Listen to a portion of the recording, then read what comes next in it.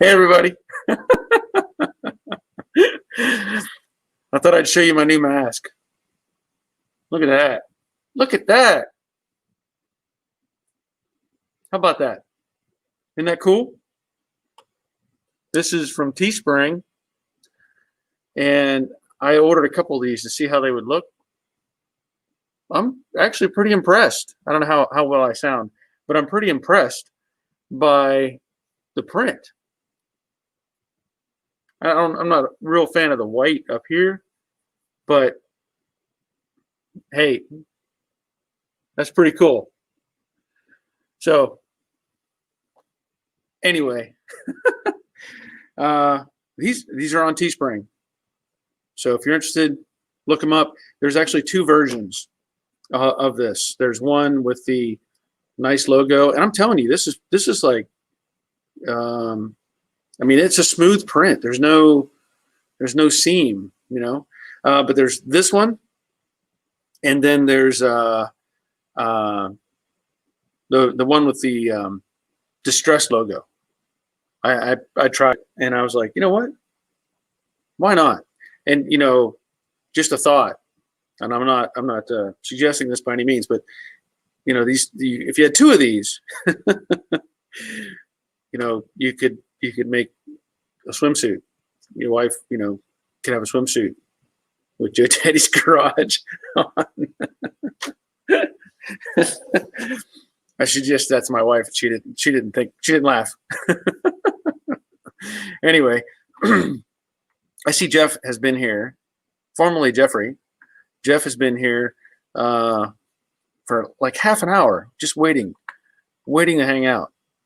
Yeah, film review night. Is this live? Remember X? It's 11:30 in Barking, East London. Well, it's past that time now because you've been on here waiting for a while. Guido's here. Greg's Workshop is here. Things are going pretty good. I think they're going pretty good. Cuz is here. Let's see, from Oklahoma.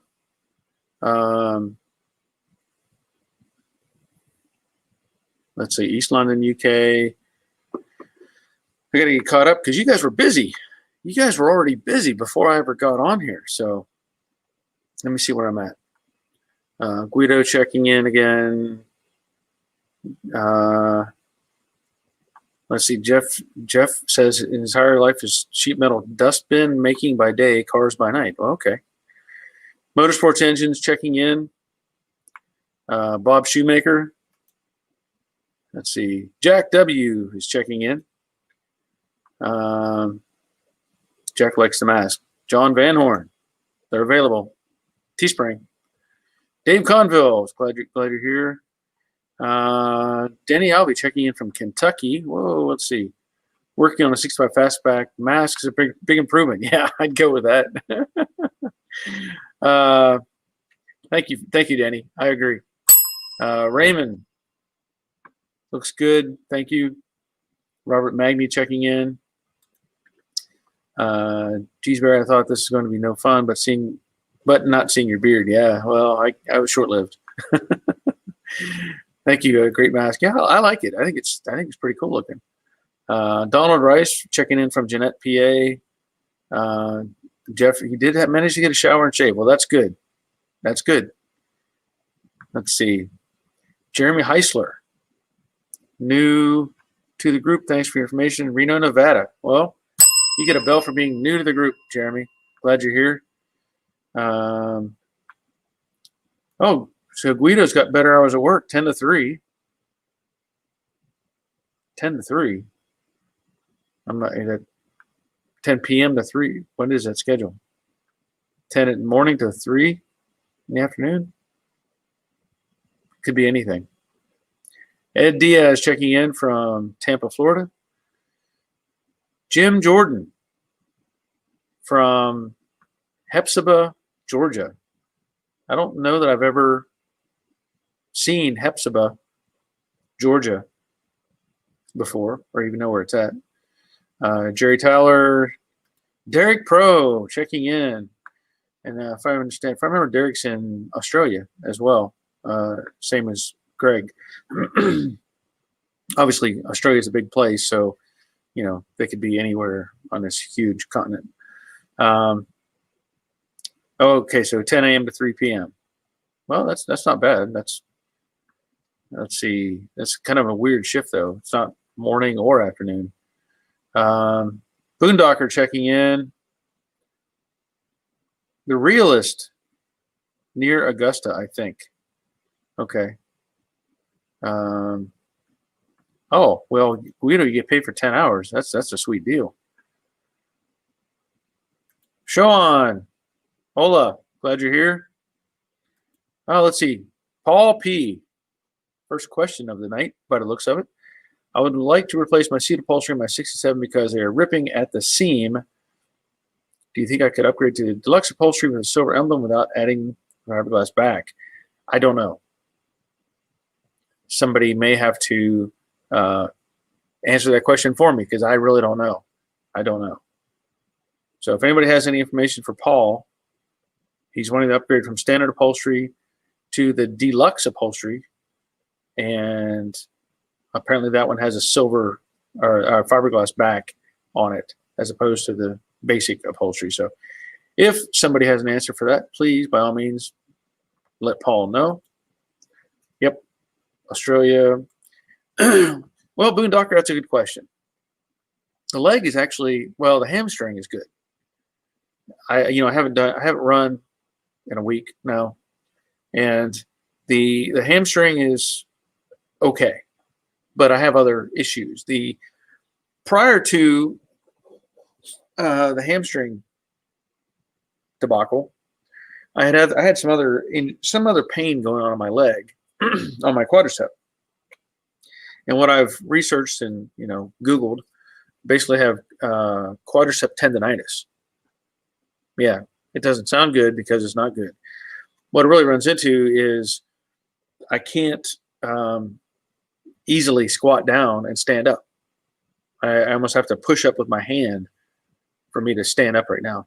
And I don't know what to do about it. I mean, I've been trying to take it easy on it, take anti-inflammatories, but I think it's an increase I probably did it to myself because I was running every other day, and apparently that's too much for a 53-year-old. I don't know, but I was enjoying running every other day, but now my body said, no, you're not going to do that for a while. Okay, so I guess I'm going to have to adjust my exercise schedule. So, yes, thank you for the first serious question of the night. Jerry's saying for upholstery, talk to Mustang Plus tech support. Well, there's a good answer. So, Greg, it's 8:30 a.m. here. A good time you to come on. Yeah, well, that's good. Yeah, it's hard to find a balance. I know that Jeff is staying up late, but he wants to be here, so I'm glad he's here. That's that's why I go with the 3 p.m. on Thursdays to try to help out with that. Okay, so Realist, you're saying Hepzibah is near Augusta, Georgia. Okay, well that's south of me.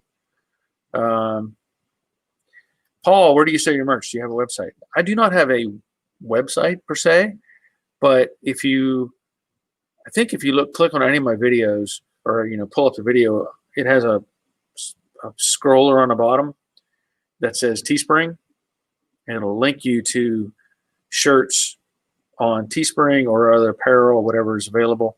And in fact, I wanted to bring that up because I have, for a while, I did try to sell gray shirts with my Distress logo on. And then I went on Teespring because it became just, I'll probably still do some of that, but it's really a hassle, honestly, because taking order, get money, go pack, go to the post office, drive around in circles. So that's why I went to Teespring, and I decided, well, if I can, get shirts out there doing that, I will. And that has kind of done something, but not much. And I was thinking, what can I do to offer more type of merch? Well, I was watching Grease Rookie Garage, Andrew. I was watching his latest video, and if you haven't seen his stuff, go watch his videos because he is a rookie. He's learning as he goes, and it's interesting and fun to watch. And so he's got some shirts that he designed, and he's got some a poster he designed, and I really like what he's got. So he and I have communicated, and he's going to help me with some designs. So I'm actually glad you brought that up because I'm going to offer other product designs, whatever, on Teespring in the near future. So be looking for that. And I'll try. What I want to do is let people know, and then I will mention it in videos and stuff like that. Just try to, if somebody likes the shirts, they can get them that way. So anyway, that's where you can go. Otherwise, the hats I've been handling myself, and I am trying to get an order completed for more hats.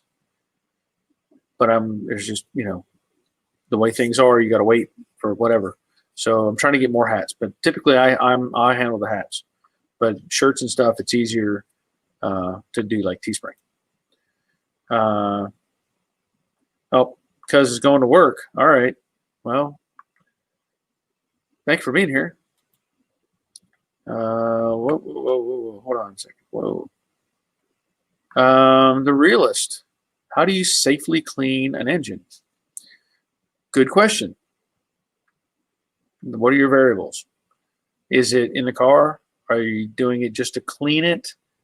Are you doing it for cosmetic to get it prepped for paint? Are you, doing a rebuild? There's a lot of variables to that question because when I rebuild an engine or when I have rebuilt engines, I've cleaned them, the bare block inside and out to get all the debris and stuff out of it. Otherwise, you're really limited to using, if you're doing just like in an engine bay, you're limited to kind of over-the-counter cleaner stuff. In the past, when I was doing a major kind of overhaul, let's say, I wasn't against spraying stuff down with easy off oven cleaner and letting it cook stuff off of it, then hitting it with, pressure washer or whatever, and trying to get all that stuff out of the way. So it's really, where are you going, with it? Are you a car that's restored and you just want to do some detail work? I don't really get into that. But as far as heavy duty cleaning, I use you can use but you got to be careful with like easy off and stuff because it can damage hoses. So just got to be careful with that. So anyway, hope that answered your question. I don't know. Leonard is checking in. John, working at old age, stop running and walk. Yeah. Unfortunately, I think for me to be satisfied, I'll probably have to walk 10 miles. I mean, I don't know. Derek, try cold packs and hot packs depending on time of the day. Yeah. But that mean I have to sit down then and not do something for a while. Yeah, thank you, Boondocker. Guido, 53 years, they say, do you go to the gym? I said, no, I drive by it. Yeah.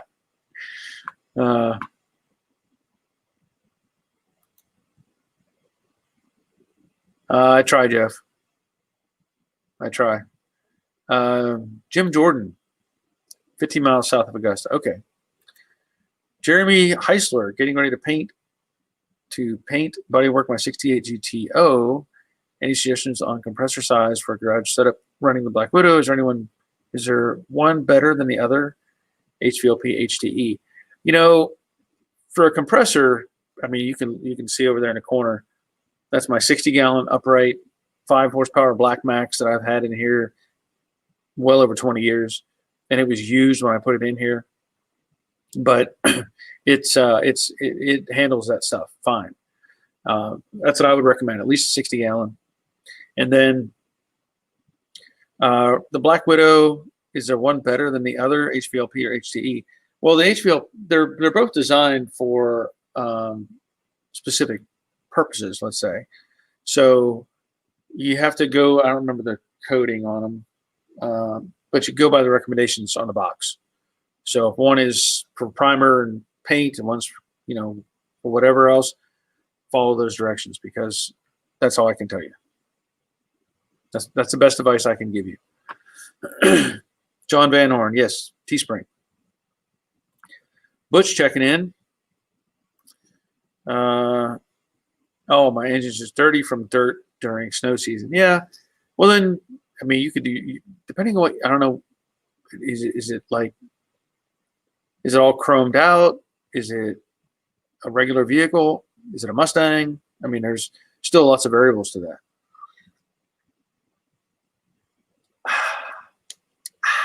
Teach my grandson to do that every time he takes a drink.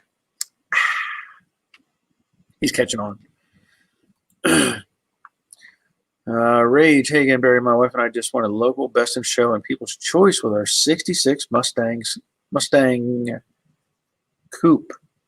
Wow, that's awesome. That's cool. That's really cool. I'm happy to hear that.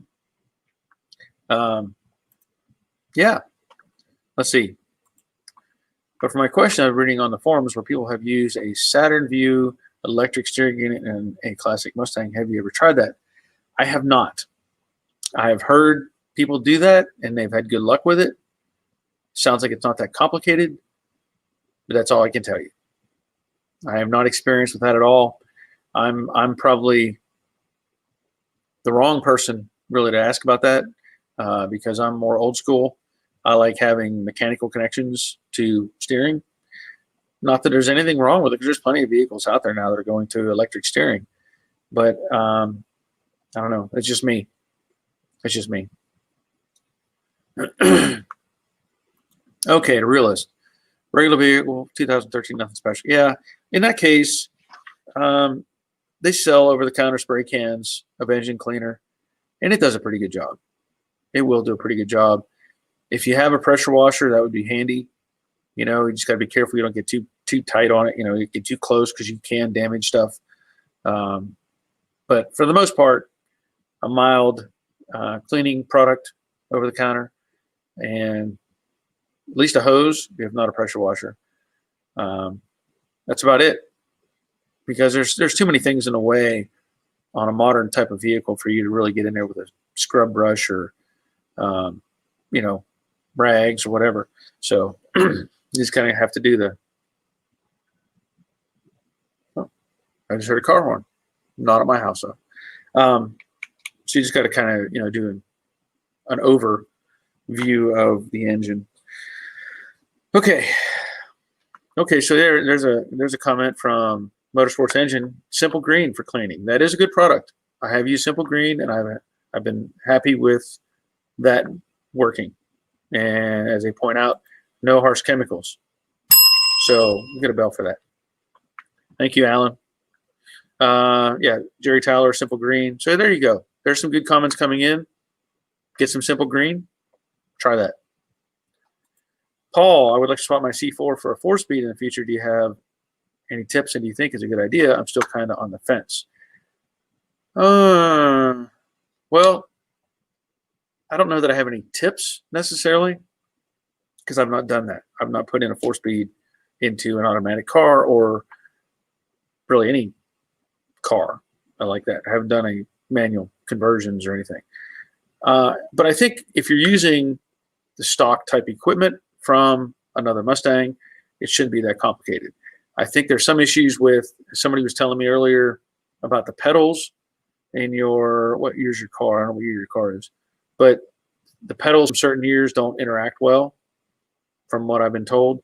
I had a conversation with somebody about that recently on, I think, email, and it was something about the 67 or 68 pedal was different or something. I don't remember exactly. So just do your homework on it and try to get, the components that match the car. And if you're going with the, factory style 4-speed, the bell housing and all that sort of thing, for me, if I do a conversion from an automatic, I'll probably go to a 5-speed just because. But I've looked at the idea of doing a 4-speed in the 65 Mustang that I call the Stray Pony. It's a 3-speed manual car. And from what I gather, putting in the 4-speed should just be a matter of pulling out 3-speed and basically putting in the 4-speed, make sure the clutch fits and all that. But, 67 fastback. Okay.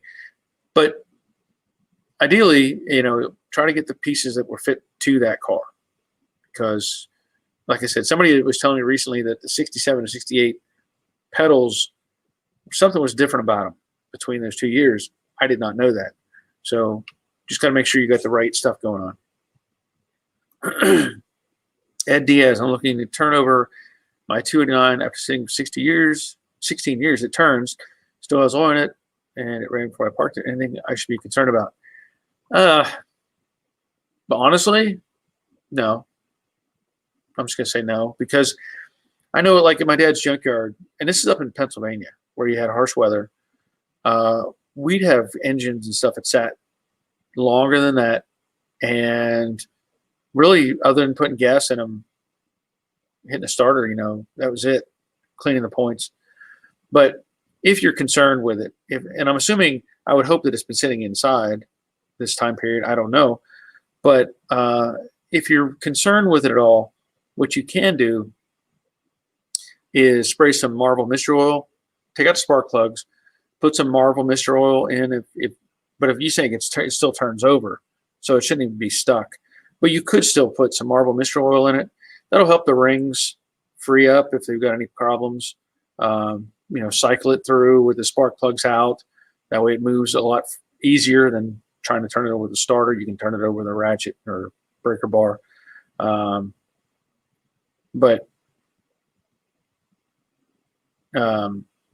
Yeah, I mean, at the most, Marvel Mystery Oil is all you're really going to need. I've had engines sit for years and years and years, and if they're out of the weather, that's the biggest thing. If they're inside a controlled space, I've got one engine sitting back there. Somebody noticed it in one of my other videos. I have a green Chevy 350 that I've had sitting. It's probably been sitting here. I'll bet you it's close to 20 years now that engine's just been sitting on that stand, and it's all sealed up. So I'm not worried about it. It'll be fine. And that's one of the things. You could pull the distributor out if you want to and prime the engine with oil just to make sure it's got oil going on, in the camshaft and all that sort of thing. So that's really about it. Okay, so Greg says don't use oven cleaner, and it depends on what you're doing, but I've used oven cleaner and haven't had any issues. Jerry, if you're cleaning small parts and you have a ultrasonic cleaner, simple green works great. Vinegar can be a bit harsh. So there you go. Thank you for that information, Jerry. I want to get an ultrasonic cleaner. I would like to have one. I would like an ultrasonic cleaner to clean my paint guns. That's what I really would like to have. Derek, I agree. T5 conversion is a much better option. You can make it look stock, but better drivability. Yeah. And that is one thing I'm looking at. I'm considering is doing the T5 conversion, but that's down the road. I've got plenty of other things to work on. No, I didn't go to the monster truck event. I had our middle child would be my youngest son. His birthday was yesterday, and he was in town hanging out, and so we just stayed home, just didn't go. But I'm sure it was a good time. Brian W. checking in. Jeremy Heisler, pull distributor and cycle. Yeah. Well, make sure.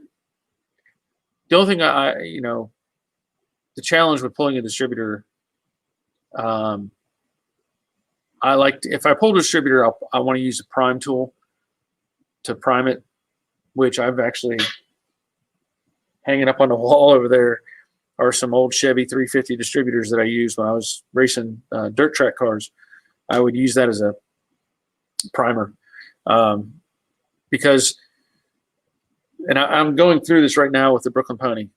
When I started working on this car, working on the engine, to put it in, I pulled the distributor out of the way so that it wouldn't get damaged. And I indexed where the pointer was, the cap. And so for me doing what I'm doing now, which is taking off that front cover, getting into it, I put the distributor back in and indexed it right back where it was. The reason I did that was in case I turned the engine, I didn't want to lose that point. So if you're going to pull your distributor out, I wouldn't, you can rotate the engine, but I wouldn't do it. I would like to have the distributor in, just saying. So you could pull it out and prime it, put the distributor back in, index the same way it was, and that way you don't lose your timing. So just something to think about.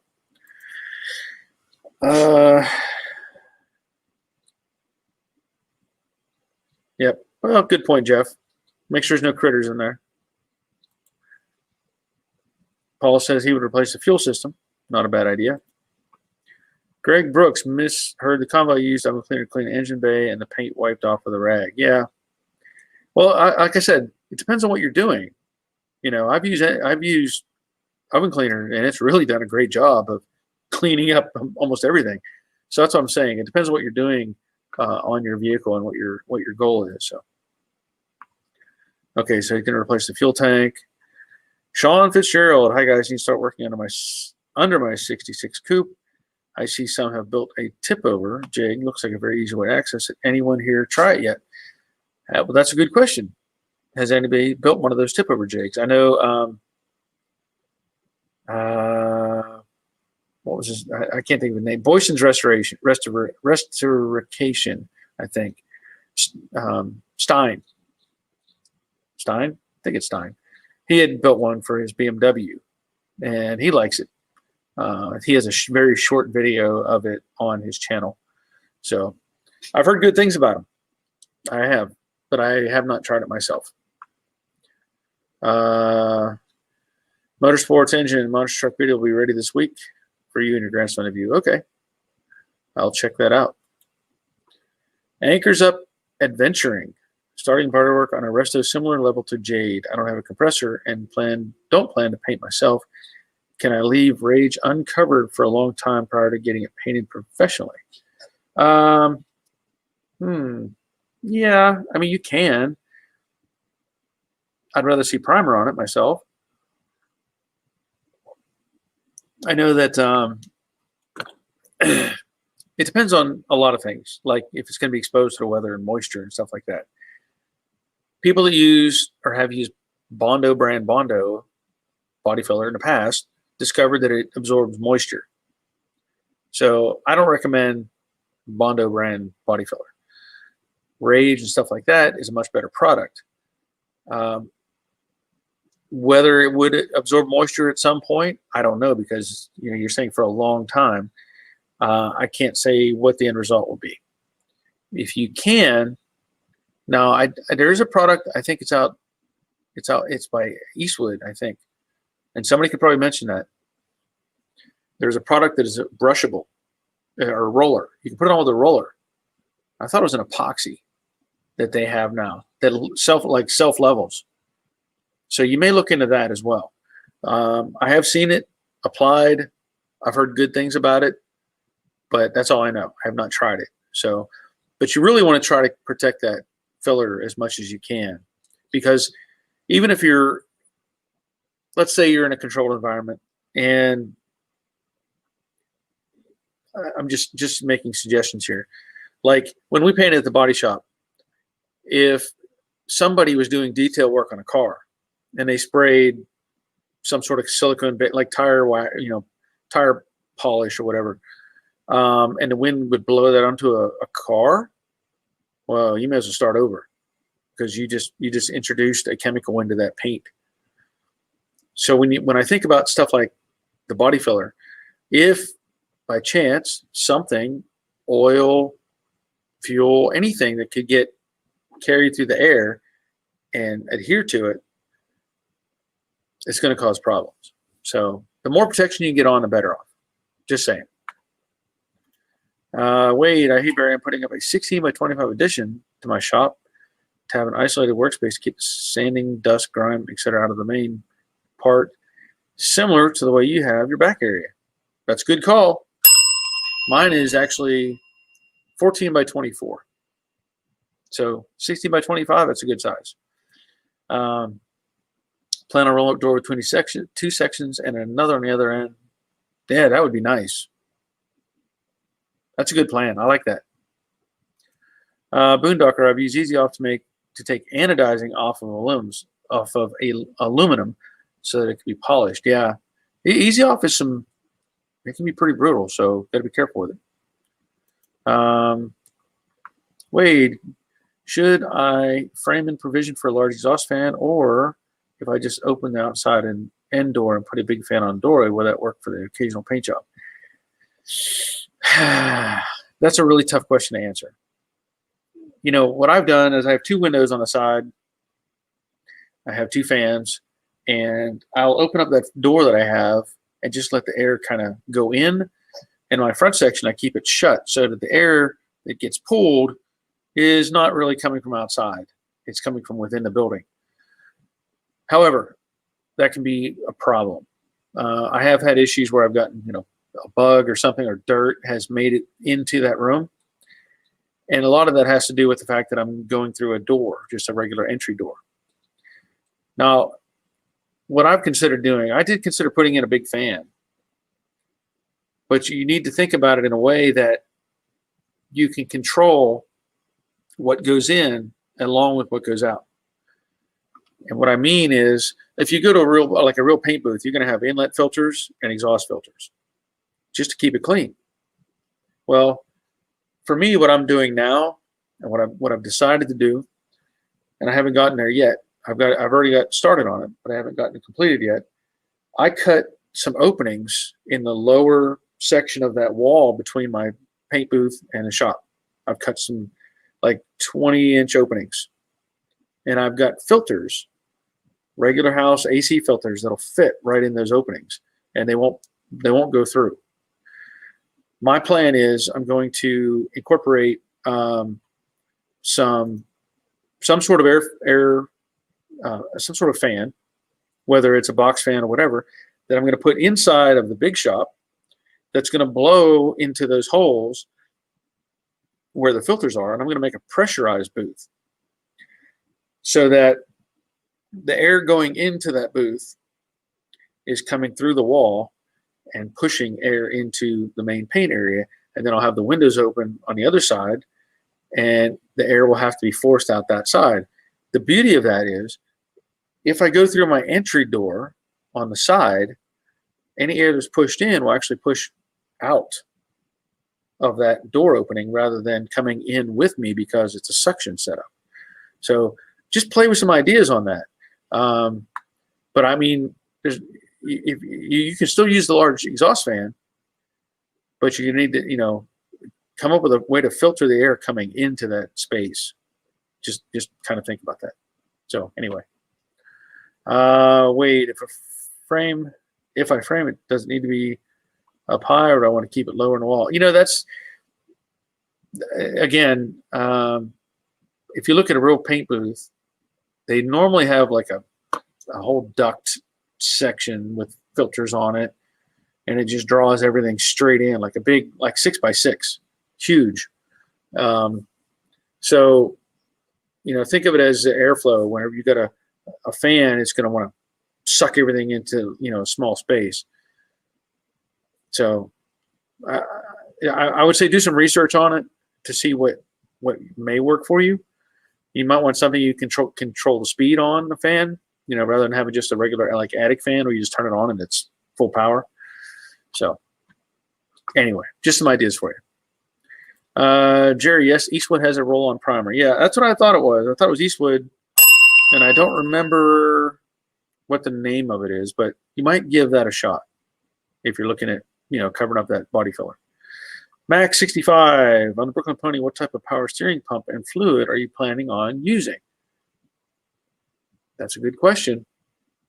That's a good question. And let me give you a quick update. Sensuous asking.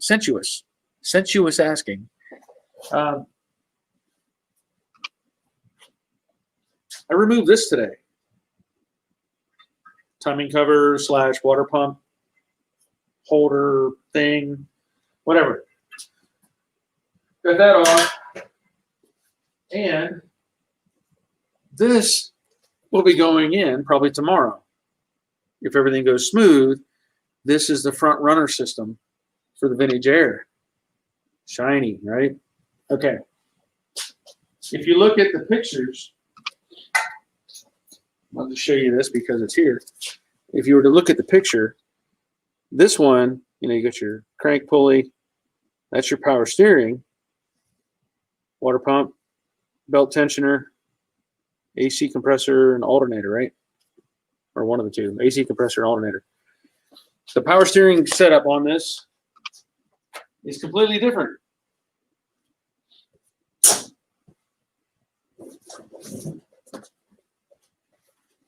And this is, I'm just going to tell you this because this is what I'm dealing with.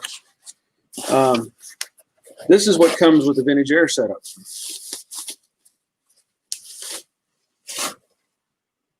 Isn't that slick? Nice little pump.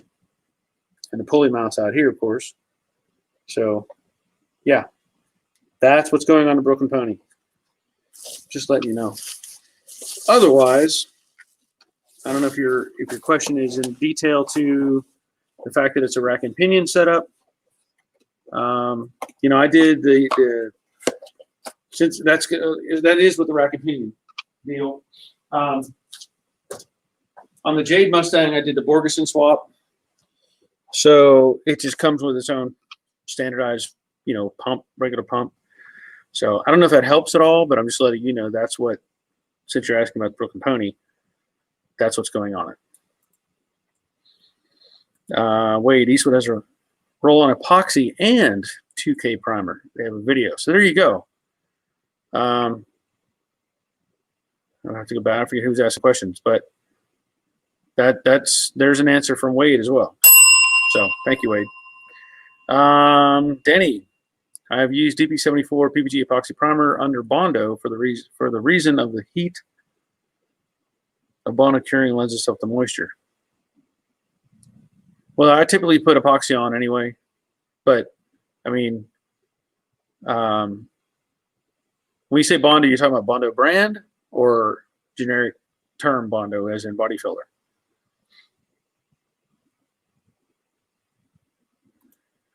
Brian, finally got a product for my Curvy VW. Wonder Block, much softer than the Dura blocks. Works great for curve work. Well, Wonder Block it is.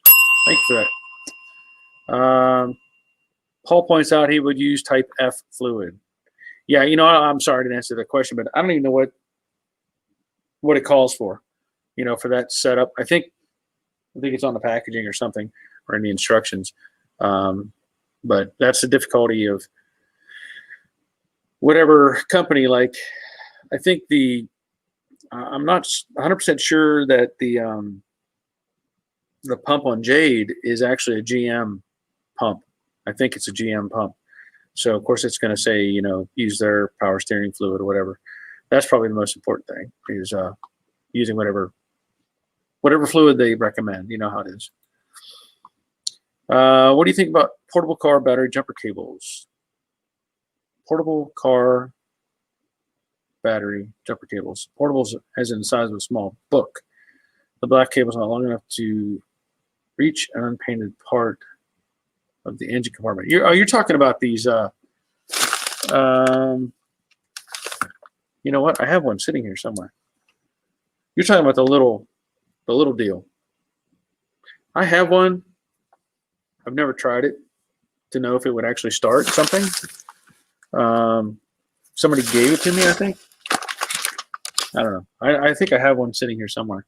But I'm going to say my opinion is out on that. Look, it's right here, I think. Yeah, emergency auto looks all dusty. Emergency auto starter. I don't really have much of an opinion because I've never tried one.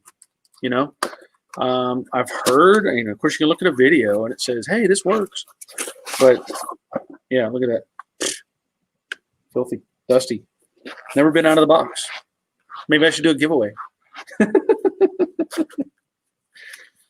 The collectible, never used, brand new, something jumper. I don't even know. So, yeah, I don't have much to tell you on that. I know that I've used the little portable jumper boxes, you know, from like, well, Harbor Freight sells them, but that's about all I can tell you on that. I don't have much else to tell you. I do know that I have a small, another one of those that I've taken on trips and I've used it to power up other things, but I haven't used it specifically for the battery jumper option. The realist, I read to not connect both cables to the battery itself. Well, that may be. I don't know. I haven't tried one. Dr. Ozzy, it's going good. Glad you're here. Jerry, Eastwood Optiflow. That's it. Optiflow, epoxy primer. Gallon and catalyst kit, automotive roll-on, paint, gray. Eastwood Optiflow, epoxy primer, gallon and catalyst kit, automotive roll-on, paint, gray. Okay. Thank you for that. Derek, I've seen quite a few videos. Some are very funny on the portable blow-up spray booths. Blow-ups. Okay.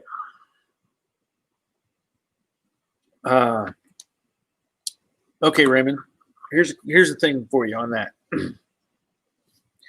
If you look up the data sheet for, let's say, Rage, Evercoat Rage Ultra Gold, and you look it up, and I've got it. Actually, I have a can sitting here, and I could read you the can if you wanted.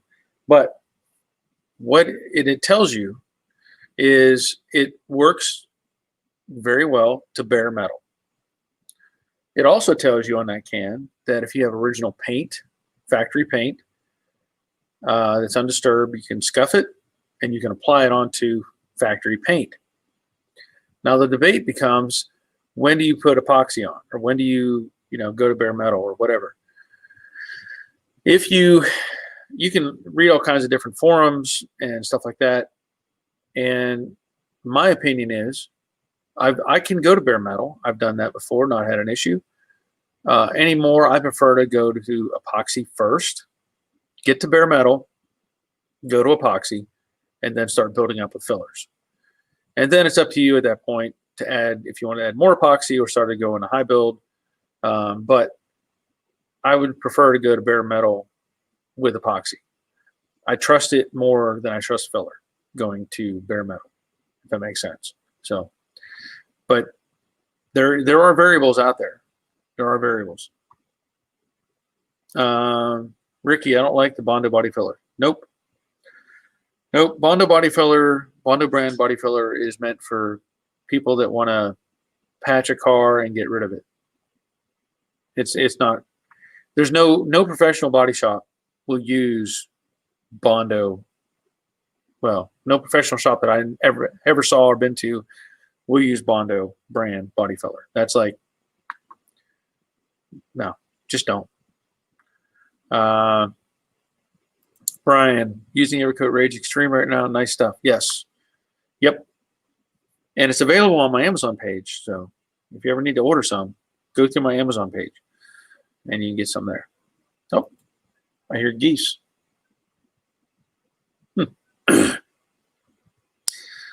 Ron Cook saying happy Monday, Barb.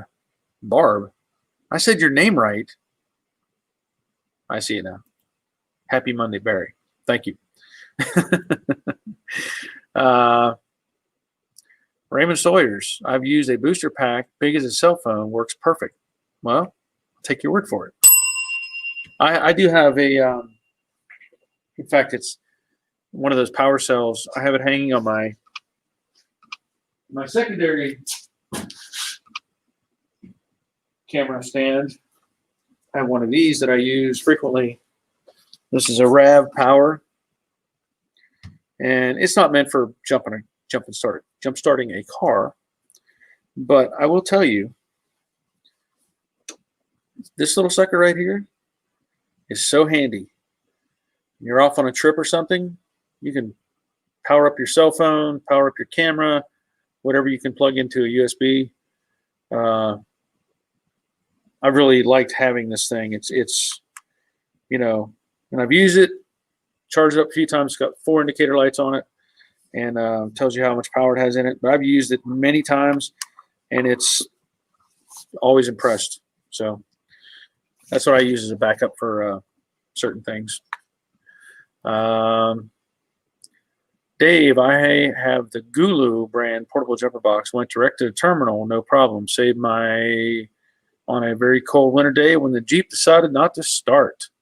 Well, there you go. So Gulu brand. I've never heard of Gulu, but thank you, Dave. Raymond. Something new I learned today. Nice. Good. Okay. But again, I'll point to the idea of going to the data sheets and try to get that information. It's all right, Ron. Rage Gold is the bomb, but expensive, but worth it. Yes. Yeah. I mean, I'm using Rage Ultra now, I think, but they're both very good products. Very, very good. Barry Geese, are you sure it wasn't a flock of seagulls? Well, pretty sure. Pretty sure. If we ever have seagulls here, something's wrong. That means water levels have risen quite a bit.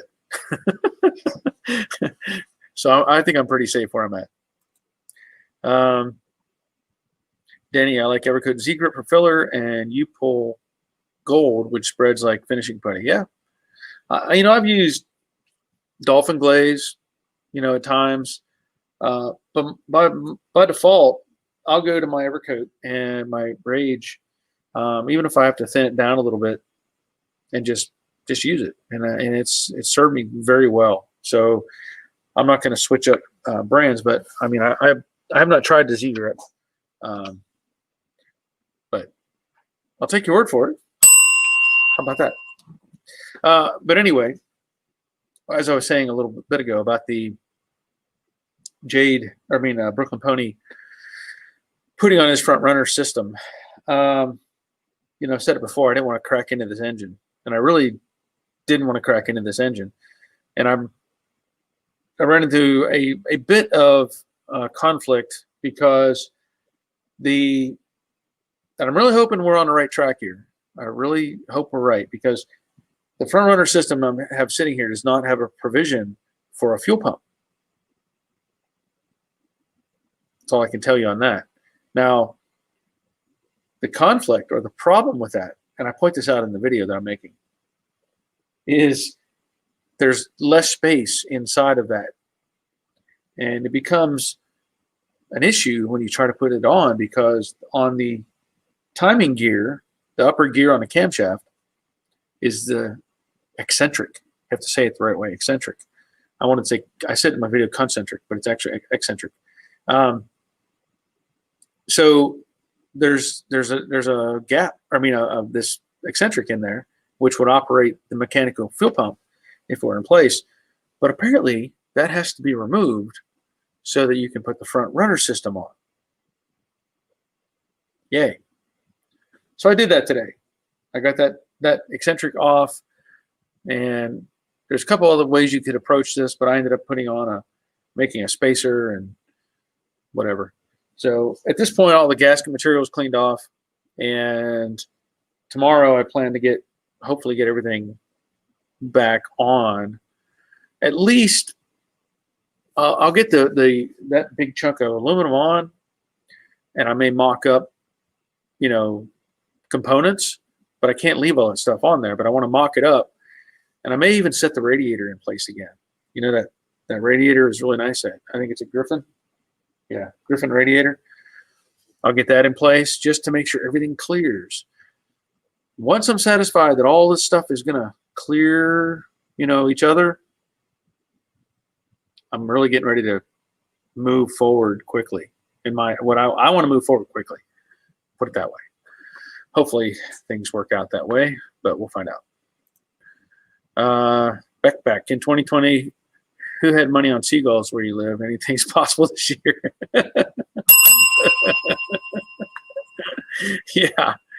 Yeah, that would be very possible. Did you feel the earthquake yesterday at all? Epicenter was near Charlotte, but I heard Georgia felt some. Nope, didn't even know about it. I think what's interesting with Atlanta, at least my understanding of the Atlanta area, we've got Stone Mountain popped up in the lower east side or whatever of Atlanta. From what I understand, all of the surrounding area is on top of a granite mountain, a massive granite mountain. And I've heard that Atlanta is one of the most stable places in the country, but I'm sure the earthquake was felt by some people, but here on the south side, nope, didn't feel anything. Derek, the blow-up spray booth, used 2 blower motors, like jumping castles for kids, has separate paint mixing room. But if your power source is no good, you know what happens next. Yeah, that's true. I don't know if you could run it with a generator, just in case, you had a electrical failure of some sort. But I've not looked into those at all. I'm going to maintain what I have, but I'm sure people use them and probably have with success. Here working in the garage, any trick to getting the trans off the engine? I can't say there's any tricks, but I don't know how you're set up right now. If you're is the engine and tranny out of the car, or is the tranny still in the car? It's still in the car. Do you want to get the tranny out separate? Need a little more information. Shouldn't be that difficult. Now, normally, if you're taking out the transmission or taking the engine out, let's say, by itself, you're going to have to separate, from the flex plate or the flywheel. You're going to unbolt the torque converter. Otherwise, it's going to come out with it and make a big mess. So you want to leave the torque converter in the transmission if you can. But then you unbolt the torque converter. Should be 4 bolts around the perimeter. And then these 6 or so bell housing bolts. Other than that, and maybe some plates that are going to be removed anyway. Shouldn't be much at all. So if that's what you're referring to, pulling it out of the car independent of the engine. So Derek, I just use 3-bond sealer equivalent when resealing cover on the engine, especially between edge of block and sump area. Oh, okay. 3-bond? I'm not sure if I know what 3-bond is. Yeah. I mean, the setup, they actually give you, well, this is I found interesting. They give you a new oil pan seal, with little ears on it. But they also give you 2 little cork seals that would go in the front of the pan. So they're really, even though they're in the instructions, they tell you to separate the pan, they're really telling you not to separate the pan if you can, I guess, because these little cork seals, and that would involve cutting off the existing oil pan seal. I'm going to try to avoid that. I'm going to put this in, and I'll do a test run before I ever put any sealant on anyway. But I'll do a test run to see if I can get it in place. And if everything slips together fine, then I'll go back in with sealant and gasket and all that sort of thing and make sure it's smooth. But anyway, Ricky, sorry, I got to go. Love to watch your videos. Barry, you have such great knowledge, my friend. Have a blessed. Well, I'm glad you were here, Ricky. And I know you're working on. I know you were working on an old Fairlane or something. I don't know what the progress is on that. Pretty sure it's a Fairlane. Pretty sure. I don't know how your progress is going with that one. Raymond, I'm off again, Barry. I must say I've learned a lot watching your videos, and I thank you. All right, we'll see you. Glad you were here. Jim Jordan. Let's see. Oh, the epicenter was very near Sparta, near the Virginia line, west side of 77, about an hour and a half north of Charlotte. Well, there you go.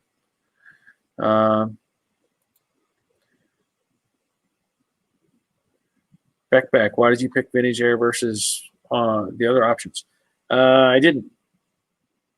The owner picked it. That's what he went with, and I don't have any problem with it. I've used vintage air before. I have vintage air. I'm putting a vintage air system in Jade. I put vintage air in a couple other vehicles, a 68 Mustang. So I'm happy with vintage air products. I don't have any issues with it. Just have to work your way around some of these difficulties to make things fit properly. Look at my camera. Looks like it's leaning. Maybe it's just me. Could be wrong. Okay. Got to pull the dipstick. Yeah. Bob Shoemaker, if it came off clean, just reseal. Yeah, the gasket tore, the one that was on there. I was really hoping it wouldn't, but parts of it stuck, and so the gasket itself on the the housing. So I really think the oil pan gasket is fine. Now I did the center section of that though, in the oil pan area. It was weird. It was like it wasn't stuck to anything, and it was like twisted. So there was no saving that piece. I had to cut that out and use the one that comes with the kit. So Realist, thanks, Barry, for your knowledge, answer questions, and inform videos. Got to run. All right. Well, glad you're here. Oh, okay, Ricky. 63 Chevy Nova. I knew it was something. I thought it was 63, but I don't know why my mind was saying Fairlane. But cool, Chevy Nova. Need the pans welded in. Well, wish I could help, but probably can't. Derek, 3-bond is a silicone product which works well even with the gaskets. It can leak between block and timing cover to seal it will stop that. Okay. Well, I don't know if they sell that product in the States. I've mentioned it before. There was a product I've used. The name escapes me. It comes in a can, and it's got like a Cheese Whiz nozzle on it. You can actually push it over, and it'll spooge out like Cheese Whiz. Something black. Anyway, I've used that before and had very good luck with it. So I may be on the same path with this stuff. And I'll make sure I've got this thing sealed up as best as possible. Beck, which AC vendor would you have chosen? Still vintage, or do you prefer another? Well, I've only used vintage air, honestly. I've seen other product lines out there, and I'm sure they're very similar. I can't compare one to the other because I've not used any others. But I didn't have any trouble using vintage air. So that's what I'm with. If you I think I can't think of other company names, but they're in business for a reason. So they must be competitive with vintage air, or they wouldn't be around. That's all I can really say on that. Dave, felt nothing in Johnston, South Carolina. Not heard anyone say anything about it either. Yeah, it sounds like it was pretty minor. Hey, Jordan. Glad you're here. Paul, which exhaust will you put on the Brooklyn Pony? Good question. That is a very good question. I don't have an answer for that. I don't know that that's been really discussed. I don't know what the answer is. It's got the headers on it. It'll have the collectors. The exhaust is going to be kind of tricky because it's got to run up the tranny tunnel, drive shaft tunnel, and of course whatever back behind. But I don't know that that's been truly discussed or if there's a kit available. So I don't know. Don't have an answer. Yep. Sorry, Ricky. I'm guessing that's a smile. Yeah. Can't really see it, but yeah, it would be nice if I could help, but I'm not in the area. Save a leak by taking it apart, probably. What do you use for moisture control when you paint? Just the inline filters? No, I actually have. I have a video on my paint booth. I think if you looked at the video, I think it's paint booth makeover or something along those lines. When I closed everything in with sheetrock and sealed it up, I used a water separator and I believe a contaminant or an oil separator of some sort that we had set up at the body shop. I guess they still make those products. I don't know, because I don't use them often enough for them to wear out, let's say, and I isolate them. So I have a shutoff valve that isolates air going into my water separator and contaminant separator so that they don't get stuff in them. And anyway, it's a professional type of filter thing, but I don't know who makes it or what. I know it was something we had gotten through our PPG paint supply. And if you look at that paint booth makeover video, I think I go over all that. Beyond that, I do use an inline water separator every time I spray, just because trying to help keep anything out of there that I can. Let's see. Right Stuff. Right, that's it, Bob. Yep. Right Stuff is the stuff that I've used and had good results with it. And that may be what I go back with on, putting this together. Dave Britton is here. Thank you for showing up, Dave. Jordan, a set of Flowmasters and an ace pipe would sound pretty nice. Give them a nice rumble. That is true. And I will say, though, it's not up to me, but I don't know if you saw my exhaust video that I did on Jade. I have, again, the name escapes me. If you go to the Jade video, Jade muffler video, I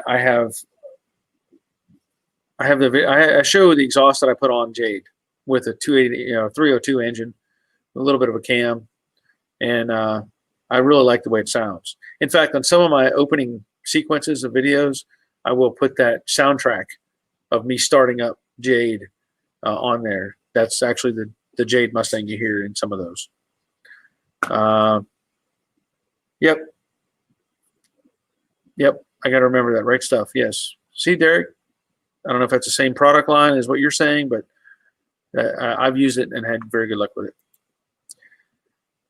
Cooter Lev, finally catching you live. Is Brooklyn Pony trim and lights packages going to be classic, OEM, or modified? I don't know. I'm not sure at all on that one. I'm assuming it's going to be stock appearance on the outside, but I don't know. I'm just the working hands and working mind putting it together. So it's not up to me. I don't have an answer for that. Sorry. Al Massicati? I'm going to guess. Massicati. That's my guess. You can tell me if I'm wrong. Al Massicati from Nova Scotia. Glad you're here. Jorge, where have you been? What did you miss? You missed the mask, man. I got my own mask now. Look at this.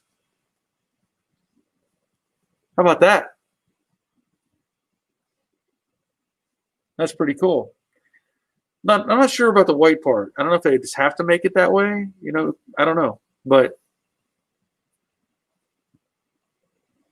Get yours now, limited edition. I was saying earlier, these are available on Teespring. So if you follow my links on my video where it says Teespring on the bottom, you can get one too. Pedro Barbosa, hi Barry, I hope you're doing well. Can you weld exhaust pipes with a flux core welder, or is a little aggressive and messy? Well, to me, a flux core is always aggressive and messy. I mean, I'm just not a fan of flux core in general.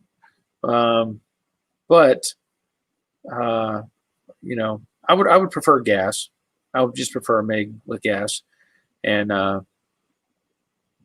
it's always kind of aggressive and messy to me. So it can be done.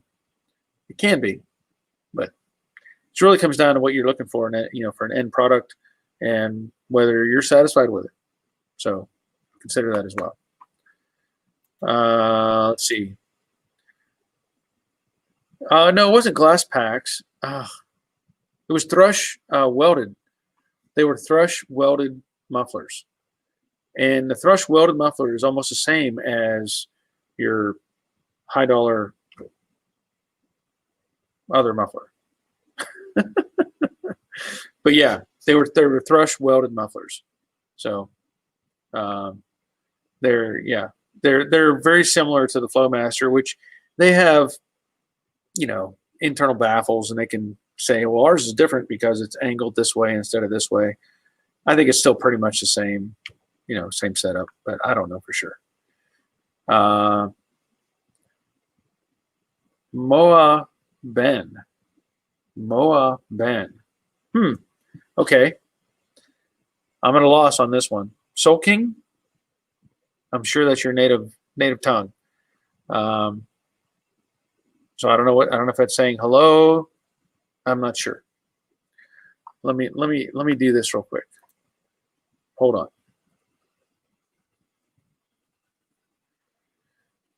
I'm gonna experiment here.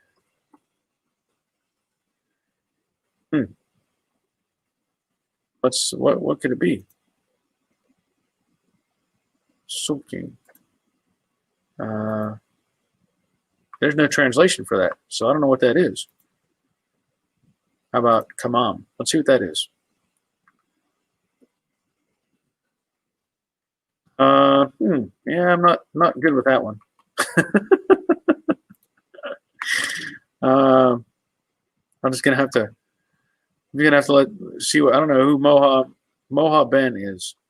So it's gonna have to go through and go to these other ones here. Clark Clifford, what type of body dolly would you get? I've seen guys make them out of wood with giant plywood round ends.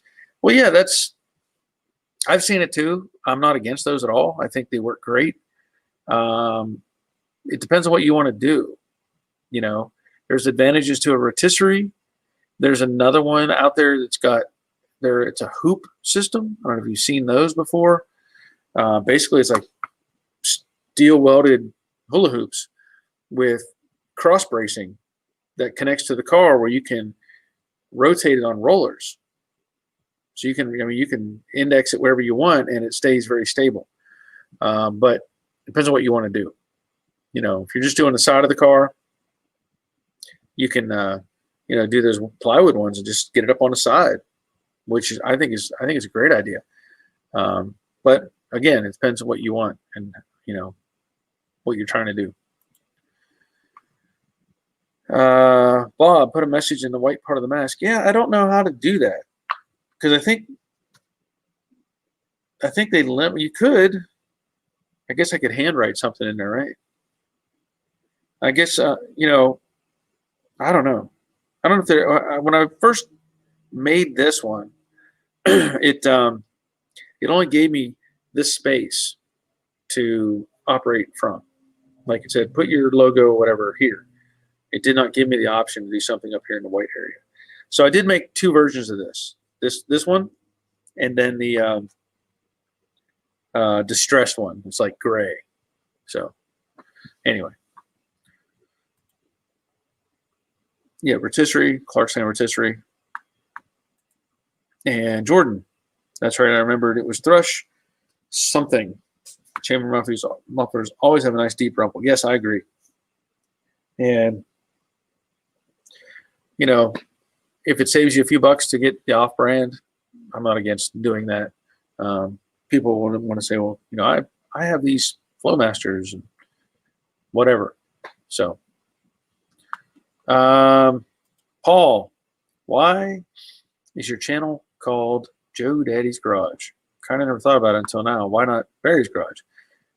Well, I will tell you why. And if you haven't seen I actually explained this in my opening video to my channel. I think initially I had named the channel Midway Restorations. I think was the idea. And whenever I left the body shop and took over doing this stuff on my own, I was like, I need to come up with a name that makes sense that people will remember. You know, because if you said Barry's Garage, it's like, eh.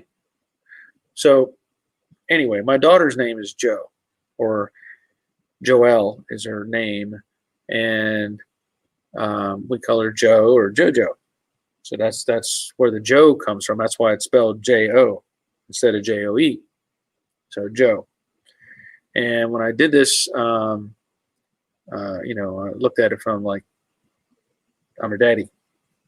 You know, when I first started doing this, and that's just kind of how it came about. And it was like, hear an expression, you know, is how do they say it? Is that your, well, it'll be like in a slang type of term, is that yo daddy's garage, you know, kind of thing. And I just thought about it, well, yo Joe, so I just kind of pushed it together and made it Joe Daddy's Garage. And I think it works. I mean, it's, people remember it, you know, and you see the script and the name.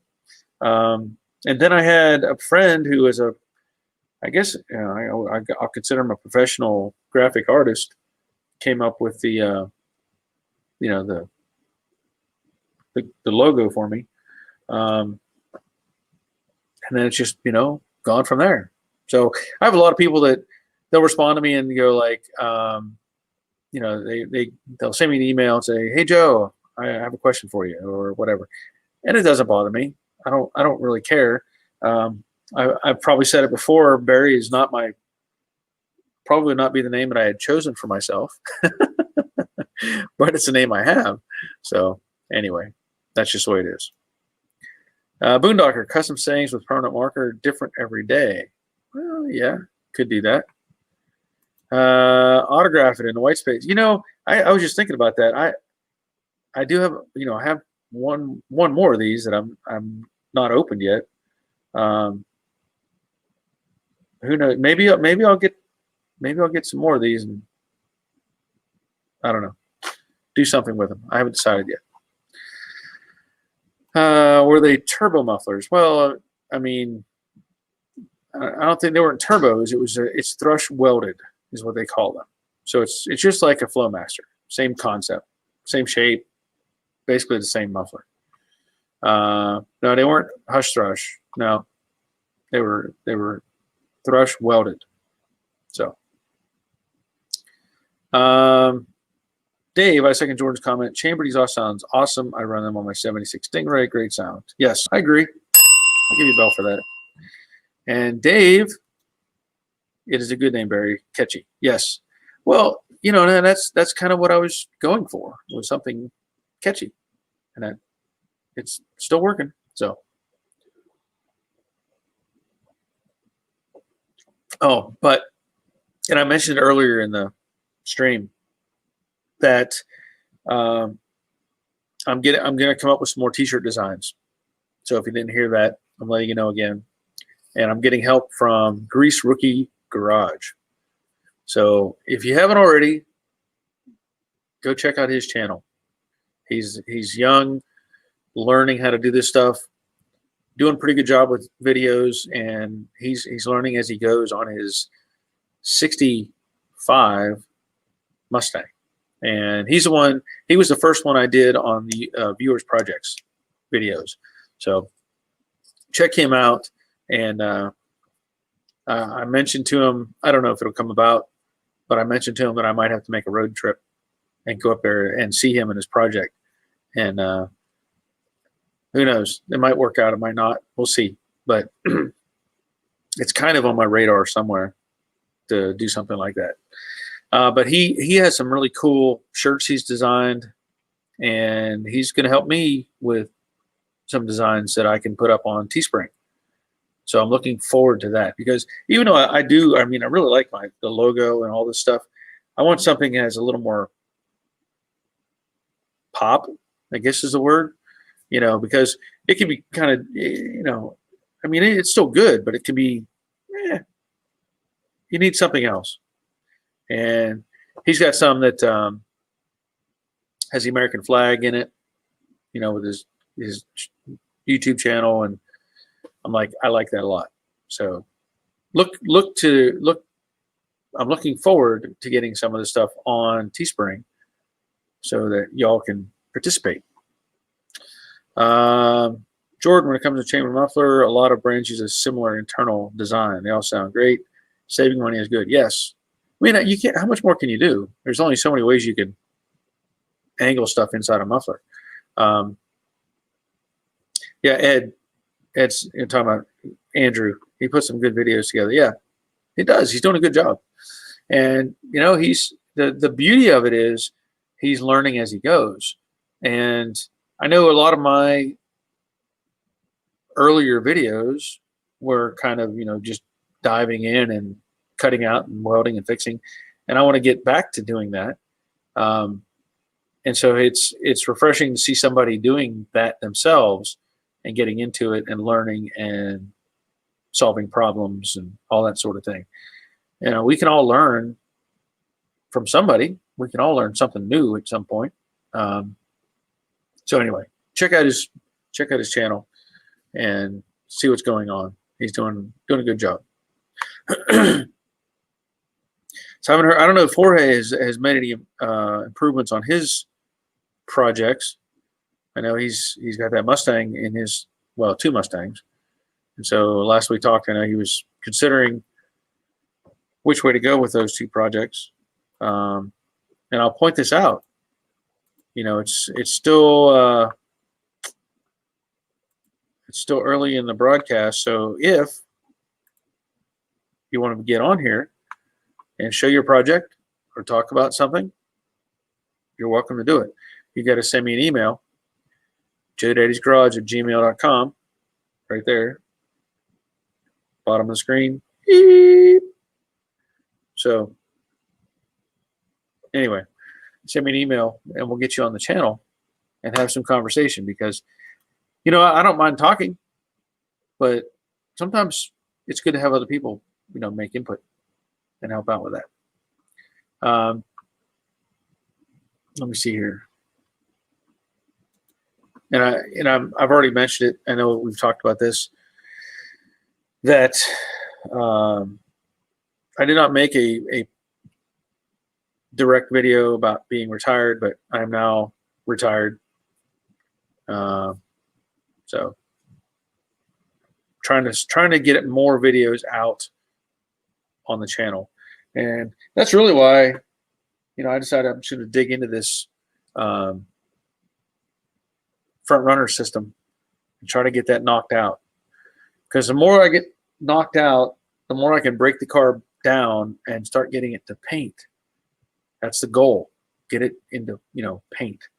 So eventually it'll get there.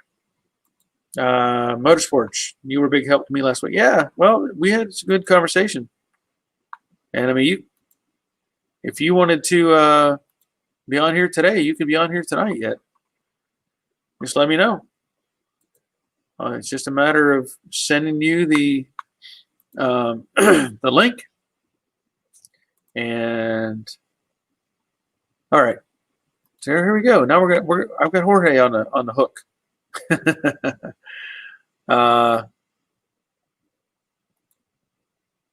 There you go. I'll send you a link, Jorge, and you can give me an update on what's going on. Paul, what is going to be the next viewers project car? Can't wait. Well, that's a good question. I've had I've had Jerry send me 4 videos that I'm having trouble getting off of Dropbox. I'm having trouble getting them. So beyond that, I have one other one that I have a series of videos that Michael Johnson had sent me. He did it. He's an older gentleman who is building a 65 Mustang, and he has sent me a variety of videos. And really, I just need to put those together so that I can have that, go on and be an update to what he's doing. So other than that, I don't have anybody else that has sent me anything. So sorry. Yeah, well, there might be some that are in the racing. We'll find out. We'll get Jorge on, and then maybe we'll get you on as well. So we'll go from there. Brian, masker for bodywork, woodwork and painting, etc. No mask for this other stuff for this guy. Just my opinion. Yeah, well, I agree with you on that, honestly. But the difficulty you run into, and I'm not trying to make it. Hold on just a second.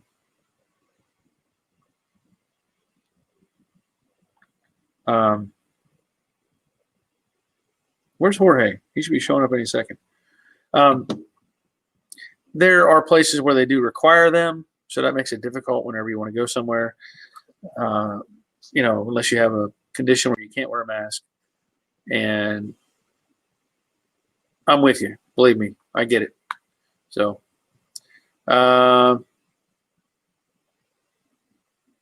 Elvey, are you going to do a live car tonight? No, I don't have anything I can put up live. Leonard, checking out. It's all right. We'll see you. Thanks for the thumbs up. Appreciate that. Paul's saying, yeah, don't stress yourself. Oh, that's a good point. Yep. So we have Jorge is coming on to the stream. There he was there a second ago. Where'd he go? Panic. Let me pull him back off till he gets hooked back up. I don't know where he went. He must have heard me. Having some internet issues. Yeah, Paul. I mean, it's it's funny. I had somebody comment on one of the Facebook pages. I left an update or comment or something, and they were like, "I like the Viewers Project, but I'm tired of seeing them." I'm like, I haven't done a Viewers Project in weeks. Have you been keeping up? So I don't know if they just didn't feel it was a good thing. They liked them, but they didn't like them enough to want to see one every week. So I don't know. Kind of confusing. All right, Jorge's trying to figure out his problem. Let me get to where's it at? I'm going to send another link. There we go. To Alan. And if we get them both on, fine. If we get one or the other, fine. So I sent one to Alan at Motorsports Engine as well. And so okay, Jorge's working on it. All right. Yeah, if and Motorsports Engine he's a friend of mine, and he is. Oh, hold on a second. All right, hold on. He's a friend of mine. There he is. Now I hear myself. He is. Oh, hold on a second. All right, hold on. He's a friend of mine. There he is. Now I hear myself. He is. Oh, hang on. Hold on a second. Okay, can you hear me? Okay. Yeah, I can hear you. I can't. Hang on. I can't hear you. Hang on. I'm still playing with this thing. Sorry. Okay. I don't know what's going on, but I'm here. So you let me know when you hear me. I can just stand here and just talk. So it's me. I'm here. So you let me know when you hear me. All right. Now I'm hearing myself on your broadcast. And just talk. So yeah, it's me. Just keep talking. Okay. I'm trying. Yeah. So if you're on a computer, you're gonna have to mute the computer. Okay. Can you hear me now? Can you hear me?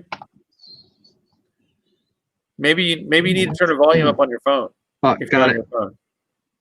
You there? Yeah, I got it now. I got you. I can hear Okay. you. So what's going on? Holy crap. Fun living in New Jersey lately. Holy crow. Yeah. I saw you sent me those pictures of that big tree that fell over on that house. That's scary. Oh, that was bad. Those poor people, man. Look, luckily nobody got hurt, nobody got killed. So nobody, it's only I think one person so far from the storm kind of passed away as a fireman, really good guy. So they're not sure what happened. But Okay.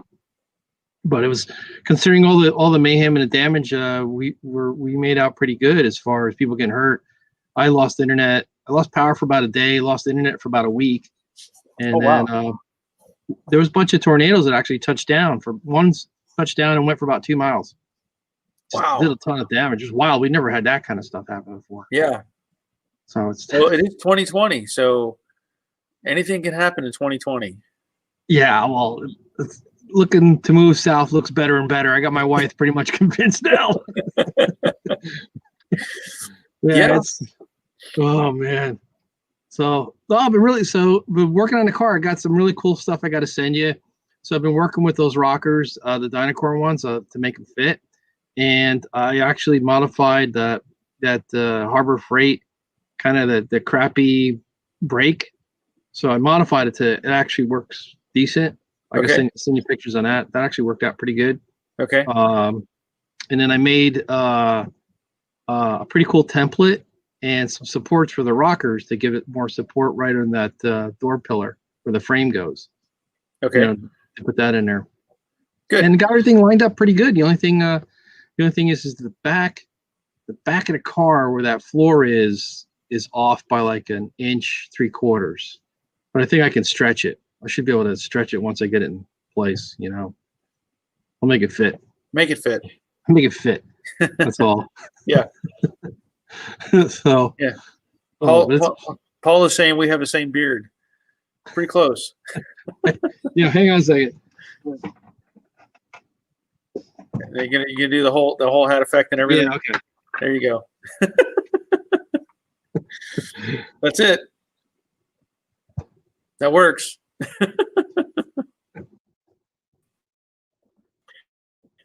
Well, with your lighting, I can't see your face when you put the hat on. Yeah, I gotta change. I can kind of fix that. Let's see. No, you're good. You're fine. You're fine. Don't worry about it. It's good the way it is. All right. Okay. So anyway,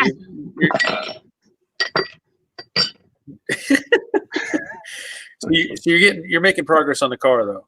Yeah, no, yeah, it's coming there, and I'm getting better at welding, and I was watching some of your videos, and I switched to wire. I had a 30, and I went to a 23. That helped, and just getting better at it, and I'm starting to actually getting the hang of the TIG, trying to get that set up. That machine is really good for hobby and for doing basic stuff, but the TIG kind of works, but if you want a real TIG, you really got to get a real TIG. Yeah. But Yep. but for the most part, MIGging gas is definitely the way to go. It's just It's simple. Yeah, and I mean, I could actually teach my friends how to use it, and they picked it up pretty quick. Yeah. So it's definitely a much better way to go. You get, it looks better. It's just easier, less work. It's not that much more to go that route than Yeah. Harbor Freight's got some pretty decent MIG welders there now. Yeah. The titanium series seems pretty decent. Well, I've said before, if my Lincoln dies, I'll probably just get a Harbor Freight one. That ain't dying. Well, it may not be dying, but it may be getting old. It's had a lot of wire through it. It's a lot of wire through it. Those things, yeah, they just last. They're pretty, especially the older some, they go for a long time. But I've noticed it'll run, it'll like feed, and then like just a split second it'll stop, and then feed. I don't understand that, but it may just be the way it is. But Well, it could be going like in an overload. Like if you're maybe Yeah, no, it's not the no, duty 'cause it's cycle. only a split. It's only a split second. It's like barely even noticeable that it stops. So anyway, uh, so apparently Jordan was saying down by us in South Jersey, apparently there was 2 feet of water in places that never ever flooded before. That's saying something. It's Um, crazy weather up here. about 15 miles away in Delaware, there was an EF1 tornado that touched down for 20 miles. Been a crazy couple days. Wow. You know, we would normally get tornadoes all through the South, like in Alabama, you know, Mississippi or whatever, and even some in Georgia. But I haven't heard of a tornado hitting us in years. Nothing serious, you know, I thought, little yeah, ones. yeah, and it looked like it was going to hit Florida, and it like they got away, like they made out okay. Yeah, That looked like it was going right for Florida. yeah. But how's it down there? How's the how's COVID and places opening up and that kind of stuff? You guys are doing all It's right? not really, doesn't feel any different. I mean, they want you to wear a mask if you go to any store or anything like that. But I've seen people walk in with nothing and nobody says anything. And they'll even say required, but people just walk right in. Um, I haven't been going anywhere, you know. I'm retired now, so I'm just house to the garage, house to the garage. Go get some Wendy's. House to the garage. Go get some Hardee's. You know, whatever. But that's been about it, and I'm okay with that. I really am. What? Well, if you ever come back up here, I'll definitely get you a nice steak. Well, maybe I'll do that at some point. I know I was saying earlier I may go up to Pennsylvania and see Andrew, Grease Rookie Garage, and he was saying if I do that, then Harvey is going to want to take off and meet up there probably because Harvey Yeah, isn't, you know, too far away, I guess, from that location. I don't know. yeah. Um, You would probably fly into Allentown. That's probably be your best bet. um, That'd probably be yeah, I'd have to see what flights are available. yeah. You know, I don't know if Harrisburg or what's closest. I don't know, but we'll have to beat that horse when we get to it. Right Yeah. now, I have to. I don't know that I have permission. So Yeah, I really should work on my checkout so I could have a plane. Maybe that could just come pick you up. yeah, sure. I really should do Um, that. It's such a hassle up, getting on the flight and stuff. Sorry, trying to get the email going to the other guy. Yeah, I haven't. You know, I still don't know how things are going otherwise. You know, as far as flights, I haven't really kept up with a lot of that. At this point, I'm like, I'm not even there. So, and I haven't been, you know, I hadn't been my regular job in 90 days prior to me retiring anyway. So, Right. uh, I went in there the 30th or whatever, and turned in my stuff, and it was pretty barren in there. There wasn't a lot of people. That must have been pretty weird, huh? It did. It felt weird. But there was a lot of people that had already left prior to me getting there. So, like just a day or so before, they had already turned in their stuff, and you know, I didn't get a chance to talk to them or say goodbye or anything like that. But you know, what are you gonna do? Yeah. But I mean, and I didn't really, I haven't posted it very anything like here, but I made it a point to wear my very first uniform to work that I wore in 1991. I wore that same uniform on my last day. Cool. You still got in it? Oh yeah, It still fit, yeah. yeah, That's impressive. yeah. I'm only I'm almost the exact same weight as when I hired in. So Wow. I didn't get any taller. You know, that doesn't change. But yeah, and there was a lot of people that were like, how did you manage to fit into that? I said, I just pulled it out of the closet, put it on, That's pretty good. you know. But people were like shocked. You know, I think there's been a couple other people that have done that while they were, you know, checking out, leaving. So it is what it is, you know. Now it's a race to keep this stuff going and get the channel growing and getting bigger, so that I don't have to go back to work somewhere else. Well, I think you really did the right move, because it was on the business news, and the airline industries pretty much came out and said they're not going to come back until 2022 before they're going to see any kind of serious decline. And very, very possible. Reason we were looking at that is because our business, we deal with hospitality, hotels, and those guys are hurting really bad. So, and they pretty much run the same lines as the airlines. So, right. You know, they're like, I was like, you know, I was going to switch into that segment. Everybody kept telling me, go in there. Healthcare is terrible. Get it, you know, go in there. I'm like, and good thing I waited, you know, because they laid off probably a lot of people. Yeah. From that segment. It's going to be a while. I've said it before. I know people, it's pretty easy to figure out that I work for Delta. I mean, biggest airline in Atlanta. Where do you work?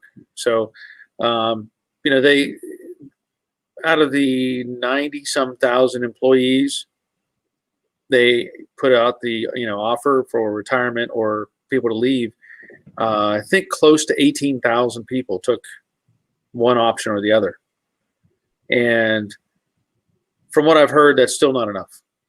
They actually wanted about 30,000 people to do it. And I know I saw a message with a group that I'm in that said they're asking another 3,000 flight attendants to either retire or take a leave of absence up to 4 years.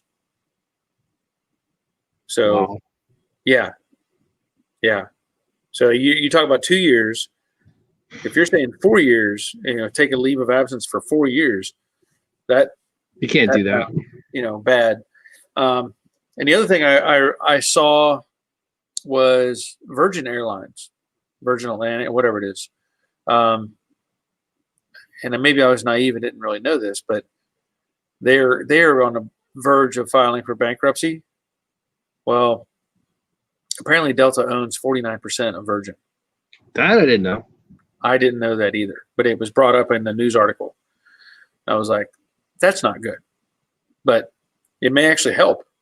I don't know. It may, if a Virgin were to file for bankruptcy under a different, you know, approach. Right. Well, they're going to have, I mean, it sounded like from the business people were saying it sounded like they're going to have to merge. You know, you're going to have to see a couple companies merge together. And I mean, they kind of did that in years past when things were bad. It's probably going to be the same thing like Pan Am. I think Pan Am is now United. No. Pan Am is bought by Delta. Oh, so that Eastern was bought by Delta. Western was bought by Delta. And then Northwest and Delta merged. That's it. I got it. Yeah. So it may come to that. I don't know. But it's scary times. And I'm, you know, like I said before, at 53 and I'm saying I'm retired, that's a weird feeling. Well, I mean, really, you're not really retired. No, but I mean, from a job that I had for 29 years. Yeah. That's the thing. 29-year career. And you're like, okay, I'm done. Now what? You know, so it's an adjustment in a sense, because you have, from that, you have a dedicated income and health insurance and you know, all these things, to where now it's like, it's a lot more on me to handle that at this point. So anyway, that's what fun. It's an adventure. Yeah, it's an adventure. Yeah. I think it's an adventure. It's a job. Well, no, I mean, you just do your thing. You know, you treat this like, you know, like any kind of other business job. You just get up and you do it. Yeah. You know, you just got to keep doing it. You know, like, okay, I'm gonna do, and you've been pretty much doing that. So it can only get better. You know, if you keep working on it, it's only going to get better. You know, so you've got really good content.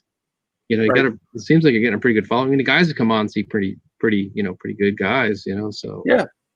you know, Well, I mean, like there's 57 people watching right now, which is a pretty cool thing. that's pretty good. You know, and I'll remind everybody, throw a thumbs up on there, you know, on the video so it gets some attention. Um, and you know, I'm trying different things. I'm just trying different things. I've said it in the last video. I posted that I'm going to try to do a giveaway more often. And I said I can't give away a house. You know, I can't give away some outlandish thing. Oh, Um, but I'm going to try to do little things to help people get more interested. And you know, leaving comments and thumbs up helps with the progression of the channel.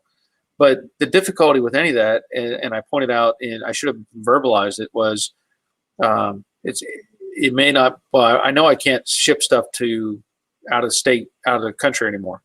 So I can't do like Australia.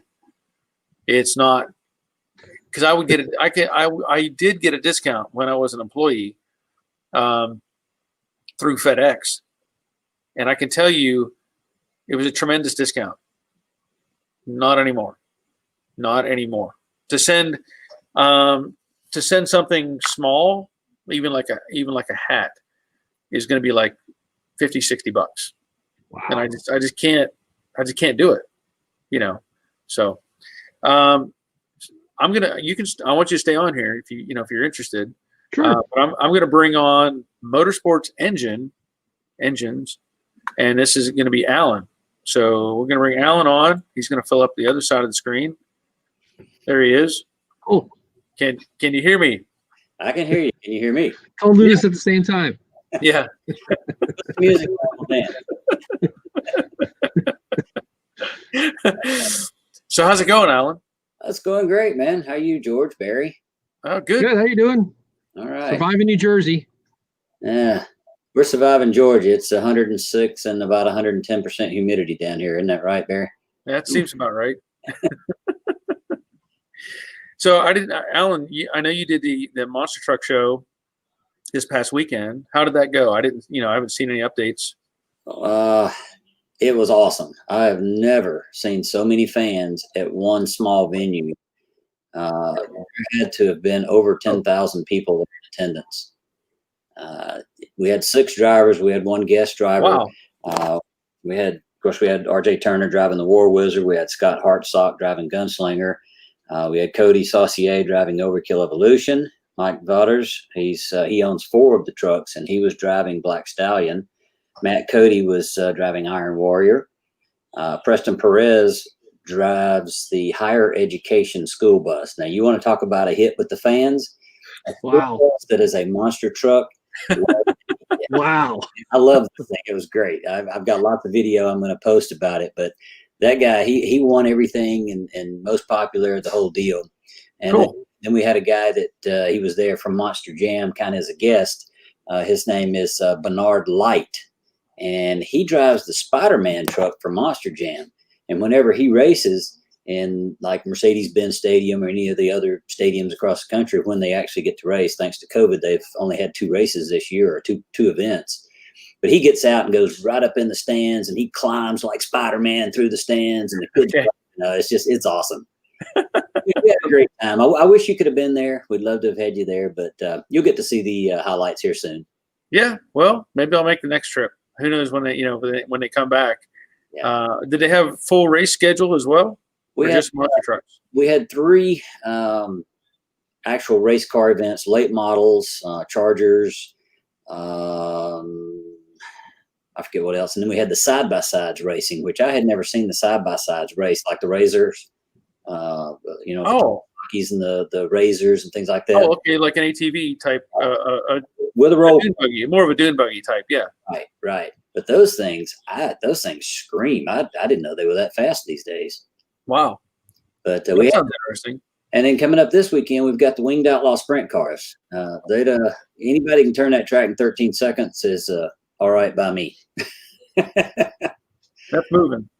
Now I know, Jorge, you did stuff with Porsche stuff. You were more into the road course type of thing, if I remember right. Yeah, but I started on midgets and sprint cars, and then kind of worked on Formula Fords, Formula Atlantics, and then pretty much was lot of SCCA racing, Mhm. and then up to IMSA, which is called whatever it's called today. I don't know. I don't even know. I don't know. I don't know what. But yeah, no, I did a lot of Porsche development work. The guys I used to work for actually used to work for Andile, and that was a lot of fun. Did that for a while till Pocono busted my wrist in about 4 pieces. You see the scars. Yeah. I was also going to get a tattoo of that, but never got around to doing that. Best way to cover up the scar, right? Put a tattoo there. No, I was at Pocono Raceway. I busted my wrist really bad and kind of got out of racing Okay. after that. Just kind of got burnt out. Yeah. And I then, got out of dirt track racing when somebody tried to kill me. So I said, that's enough. Yeah. You can hang out in the air conditioning with us at the track now. It's a lot safer there. So you have AC? Oh, you Yeah. didn't tell me that. Oh, nice. We're up there in the VIP lounge. Come on. Oh, well, now I might have to make a trip. See, you won't have to hang out down in the pits. Yeah. You know, that sounds like a good gig. It could be. Now, who does he announce? They have a regular announcer up there, though, right? Is he in the booth with you? We've got 4 announcers. Usually Ted Osted from Atlanta Motor Speedway. He's usually our primary announcer. Michael Coleman will do some of it. We got Dwayne Keith, who is his favorite saying is, "Now y'all make sure y'all visit the concession stand and put something yummy in your tummy." There's nothing like a dirt track cheeseburger. Oh, There's nothing like it. you know, and I think that's why I've been immune to COVID. I've been going to that dirt track for 48 years. I think I'm immune to everything. Yeah. Whenever I raced at Douglasville, you get that foil wrapped cheeseburger, that was like mystery meat. Mystery meat. Eat down 2 of those, you're good to go. You are good to go. I tell you Extra what, mayo. Yeah. This year, thanks to COVID, though, we've had the food trucks, the vendors there bringing their own foods. We've had HJ Wings bringing hot wings, chicken fingers, things like that. We've got some hamburgers. We've got boiled peanuts, kettle corn. There's a beer vendor there this time. Yeah, I mean, this has really changed things for the track. I kind of miss my racetrack hamburger and hot dog, but the food's been really good. Well, good. Yeah, now you got me more interested in coming down and making an appearance. This weekend, like I said, we got the sprint cars, and they will be wild. Yeah. They're a lot of fun to watch. Yeah. How big is the track? It's a 3/8 mile, what they call gumbo clay. The gumbo is actually a gray clay that's mined from about 300 foot deep down in South Georgia or North Alabama. They bring it up here, and it looks a lot like modeler's clay that you'd put on the wheel, but it's a gray color, and it doesn't, Barry, you remember when you raced, you'd go home and you'd wash red dirt out of your butt crack, your nose, your ears for days. Yep. This doesn't make the dust that the red clay did. It's really a lot more fun to go to the track now with the new. That does sound appealing. That was always I would leave the track, drive straight to the quarter car wash, and spend $10 trying to get everything off the car, and it would be 300 pounds of dirt that I'd have to wash off the car every single race. Well, you always knew on Sunday morning at church who had been to the races the night before. Their cars were covered in red clay. Yeah, pretty much. Well, I mean, I might have to make a trip then. So you give me a shout before you head out. You'll get the VIP treatment. Okay. All right. Well, I know that there's locally there's a cruise in they do on first and third Saturday. In Sonoya at the coffee shop? No, right here in town. Okay, in your town. Okay. Yeah, my town. So that may be conflicting because it's the race is on Saturday, right? Saturday evening, yes. Yeah. Aren't the cruise-ins like in the morning until like? No. They run them in the afternoon into the evening. Oh. So we'll see. We'll figure something out. Sprint cars are a lot more fun. Well, yeah. you can see a hot rod anytime. Well, yeah. But I need inspiration once in a while. Me too, and it's an expensive inspiration. So if I come to the car show, hold on a second. Now we're getting all of a sudden. We've got a whole bunch of. Wow. Okay. I'm getting a whole bunch of comments on the side. Uh-oh. See those anymore. It just showed up. There was none here, and then it just took off. Yeah, I don't. Oh wait, yep, there they are. They came. Yeah, up Jeremy's saying Grease Rookie live chat would be awesome. Yeah, that may come about. Dave, last week here in Ontario, they made it law. You have to wear a mask when you go into a public building. Yeah, they're getting ready to fine people up here. The fines are getting pretty big in New York. What? Yeah, well, got to make money off of it while you can, right? Got to make some money. Yeah, Jordan's saying he's just 2 hours away from Andrew near Harrisburg. So they might be able to make a trip. Who knows? Yeah, retirement really changes the decision process. That is true.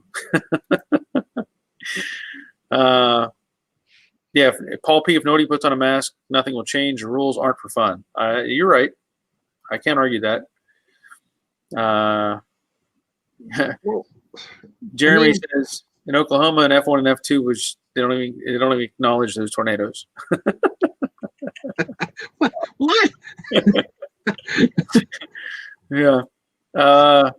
BC's AutoZone finally managed to catch you on a lunch break. So that's Brendan. If you haven't kept up with it, he was doing some live streams with us, and while he was on furlough or stay-at-home orders, so he's back at work now. So that's good. Brian, 41 years in coal. 41 years in coal, Barry. Not many of us left. I'll give you a bell for being alive after 41 years in the coal business, because I know that's plenty of impressive guys. As hell. Yeah. I grew up in coal country, and it seemed like everybody and their brother died of black lung. Mm-hmm. So I'm amazed that you're 41 years. That's pretty impressive. Yeah. Okay, so Randall Heath is finding parts for his 67 Cougar. Time to quit accumulating parts and start assembling. Yes. Jack, 57 people watching, only 7 thumbs up. Yeah. Thank you, Jack. Call him out. Got to get the thumbs up on there. Jeremy says he hit it twice. So if you hit it twice, it turns it off. Oh, Brian says 48 thumbs up. So it must have updated. Okay. That's good. I'm trying to catch up on all the comments. Cooter, Barry, you need to bring yourself and your wares to the Chili Bowl in Tulsa in January when they have it. Greatest racing and fans. I've heard that. I heard that too. Yeah. I wouldn't mind going to the Chili Bowl, and I have weekends free now, but I have to get a pass to go do things. So there's always that restriction. Well, you really should speak to your accountant about what you can write off and what you can't write off, and that could be a business trip. And that's very possible. That's very possible. Cooter says if there's no dirt in your beer, you're not a real race fan. Indy 500 excluded, of course. Terry, have you heard of Bill Towers? He has a private collection in number 005 of the 5th Corvette Grand Sport light race car made. I have not heard of Bill Towers. So I'll take your word for it, but give you a bell for announcing that. Arthur, hello guys, just curious, has anybody ever put an electric power steering on their Mustang? I'm working on my wife's right now. Took a 2005 Toyota Prius, and I'm putting electric steering into her car. I have not done it. Yes. I've heard of people doing it. Yes. But that's all I can say. So, yeah, you can go to CJ Pony. Actually, has a video on how to do it. If you really? Stuff, yeah. And there's actually some stuff on YouTube about people doing it. You can get stuff out of a junkyard and kind of make it work. But the nice thing is about the aftermarket that you can get from like CJ Pony Parts or somebody else like that is that you can adjust it. So you can actually adjust a feel, which I thought was really nice. That's the route I'm going to go with for her. Can you change the ratio? You can't change the ratio, but you can change the feel of it, how much power to put into it or how much power to take out. Sounds interesting. Yeah, and it didn't look like that hard to do. It didn't look like you're going to take up a lot of space under the dash, because of it's the motor that drives it. So it looked really, really doable. Well, I mean, I have not researched it because that just doesn't interest me, but I get it. That's the thing. Bob Shoemaker, we had the Pitts concession stand right next to my fuel and tire trailer at Oklahoma track, and got really exciting when Chili Pot caught fire. That's some good chili. If your Chili Pot catches on fire, you got chili there. Yeah, I'll give you credit. Yeah, I've been set on fire at least twice. Well, my racing career, at least once or twice. Yeah, I've never been set on fire, thankfully, or been exposed to a danger where I would be, but yeah, I've seen incidents happen, and always thankful when I see somebody get out of the car whenever that something goes on. So that's one of the worst things that can happen, I think. Yeah, Nomex is pretty good. Yeah. Yeah, I mean, the thing with the race fuel too is you can't tell you can't see it's on fire until whatever's burning starts to smoke. It's a weird, and some of the stuff some of the fuels we were using were wild especially for qualifying. The guys would make up their own qualifying fuel, and they'd actually use film developer because it was oxygenated fuel, so it was like running like nitrous within the fuel. Really, some crazy stuff we've worked on. No, you could put that in your dirt track car and see what happens. Yeah. It'll work for a little while. Yeah. Well, I had a friend who his family had pulling tractors. Big. Oh, the big 1,000 horsepower. Yeah, big pulling tractors that they toured the country with. And they were the first ones. They had Allison V12 aircraft engines. Mm-hmm. Okay. When they first started, they were running Chevy big blocks, and then they went all in.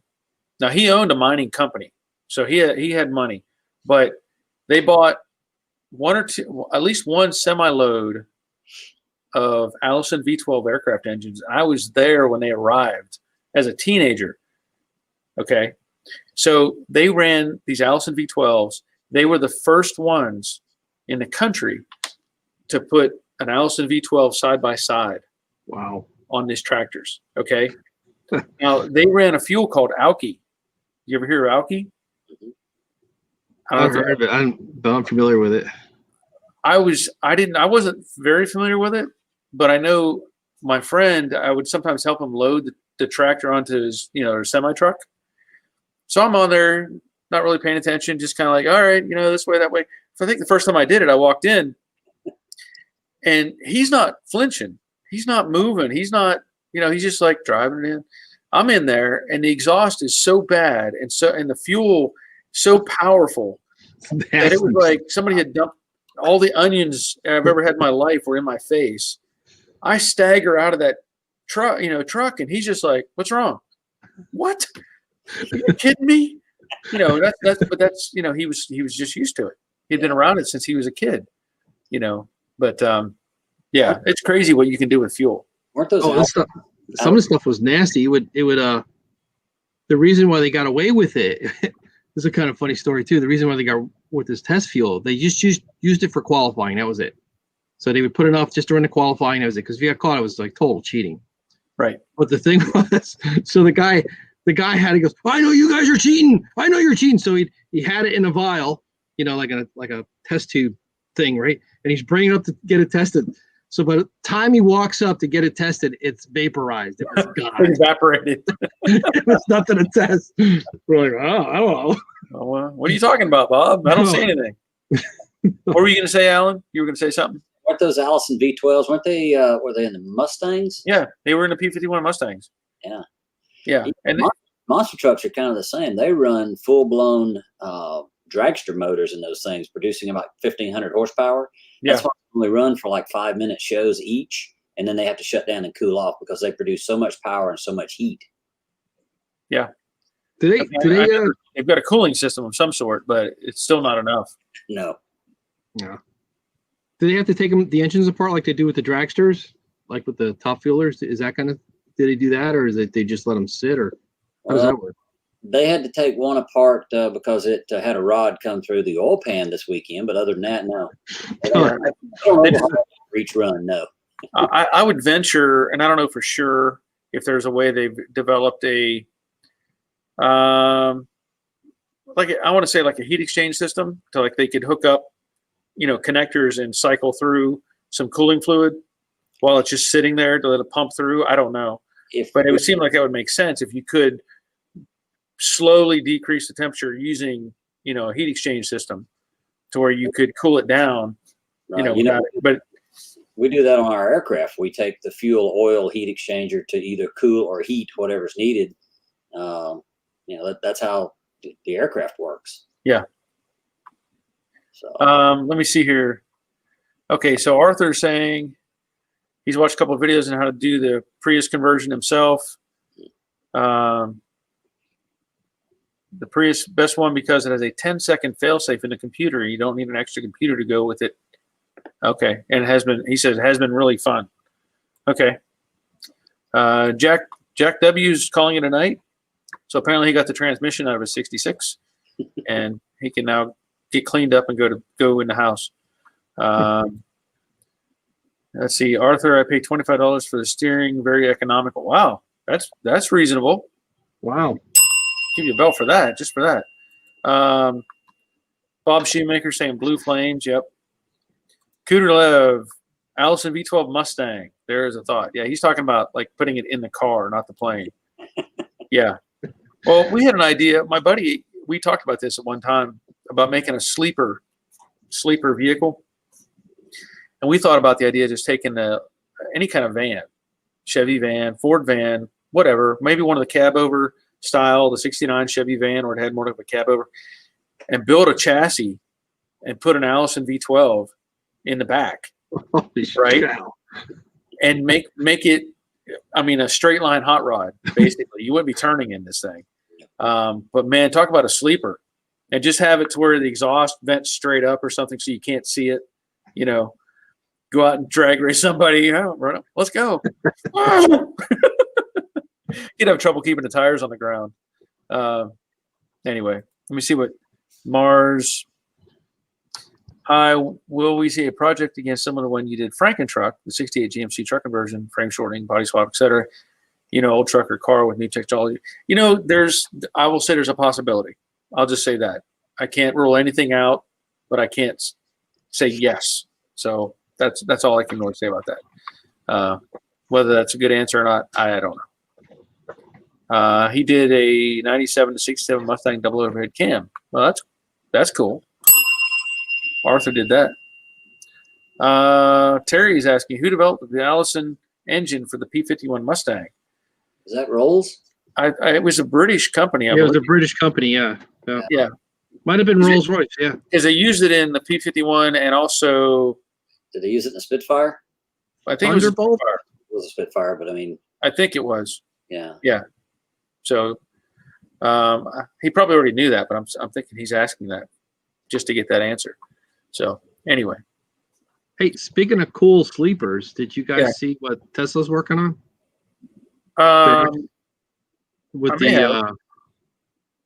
They're building some kind of Ford Mustang body with it looked like a 67, 68, I'm gonna say, and it had 4 of their torque motors, their batteries. It was 1,000 horsepower with like a incredible amount of torque. Yeah. And it was like they had a prototype and it looked pretty cool. It looked real retro. I think I've seen the picture of it, but I don't think I've read anything directly or seen a video or anything like that. So they might actually come up with it in production. I think they're 110,000, something like that. For an electric car. People are paying stupid money for old Broncos and stuff. Yeah. There's money to burn out there apparently. Well, it's going to be, I think it's going to, I don't know. The article, I think it was going to be it's going to be like a new car with all the Tesla engineering and the Tesla drive motors and batteries. It was good for about 350 miles on a full charge. I wonder if you can get that. They were giving you a discount if you bought an electric car. You got some sort of tax credit. They stopped. Well, I think they stopped it. I'm not sure. It's not as good as it was when it first came out. Yeah. That might be worth it to buy a new electric Mustang if you get a big tax break. My wife bought 2 of them. She bought a Nissan Leaf. No, that's not true. She leased it, but you could at the time you could buy them, and the car was like really expensive. But with the rebate, you got a lot of money back. Otherwise, like no one's going to spend, $50,000-$60,000 for an electric car. It only goes like 100 miles on a charge. Right. But she ended up leasing it. With the lease, it was actually cheaper to lease the car than we were paying for in gas. So that's why she did it. It was crazy, but it was fun to drive. A little twerky thing, but no, a lot of weird things in it. No spare tire. I remember seeing one at work. Guy drove one to work. He did the same thing. He got some sort of a deal where he was almost like getting paid to drive the thing. I mean, it was crazy how cheap it was for him. So that was the government doing that, trying to get him out there. That was part of their green deal, the stuff they were doing. Yeah. So I was pretty, like they're more popular now, but the problem is the range. It's like, you're not. The one guy bought it from her dealer, and that was like in Central Jersey, and was going to drive it up to Connecticut or something. It's like it's got 100-mile range. That's it. You're not going to make it. Not it. That's when you gotta load up the gas generator to take with you. Yeah, they call that up here. It's a redneck hybrid. Yeah. You have a gas generator in your trunk. Yeah. You charge up as you go. Okay, so Terry is saying he did not know the answer to that question. Dave says, I think the engine in the P-51 was a Rolls-Royce and Packard joint project. That very well may be. Actually, I have an answer for that. Oh, hold on a second. Let me get through these other ones real quick before you answer.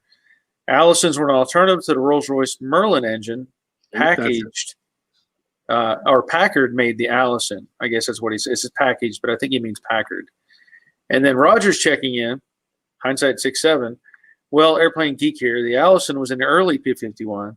The Rolls-Royce Merlin was in later P-51s, produced in the U.S. by Packard. Right. So there you go, Alan. He beat you to it. Yep, he beat me to it. Well, the question is, let's see if these guys know this. How much horsepower did they have? How much fuel did they burn per hour? And how much oil did they burn per hour? All of it. And a lot. All of it. Yeah.